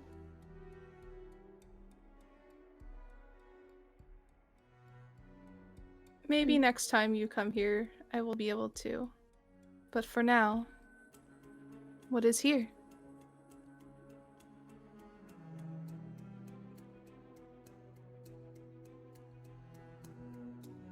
That is a good question.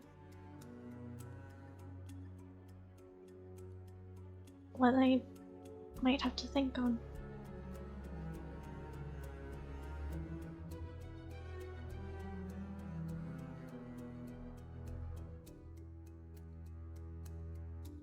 Well, when you know, you can get back to me.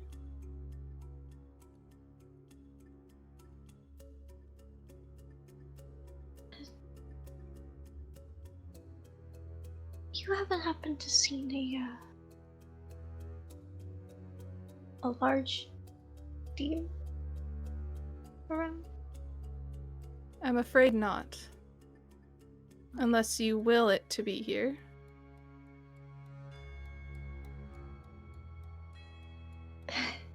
I'm sorry. I can will it? Maybe. This is what you made. But that might be a more advanced step that you still need to work up to. For now, I think coming up with a name is the best thing.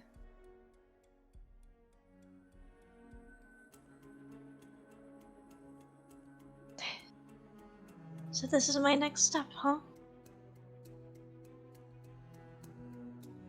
We'll have to step up from the old library.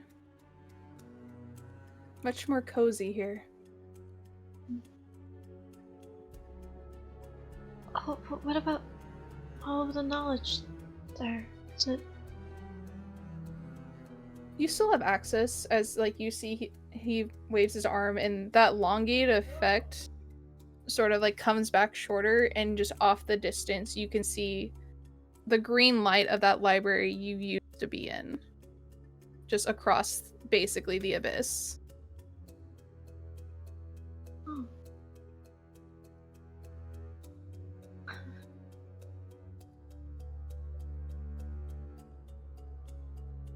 Are there more libraries? I would say so.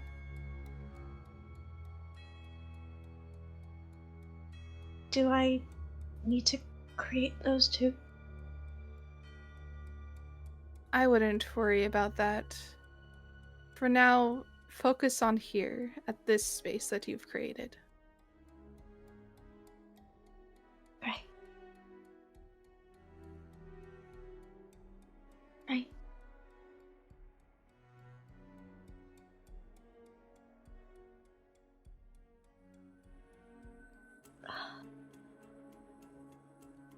Oh, wow. I can't think of any names.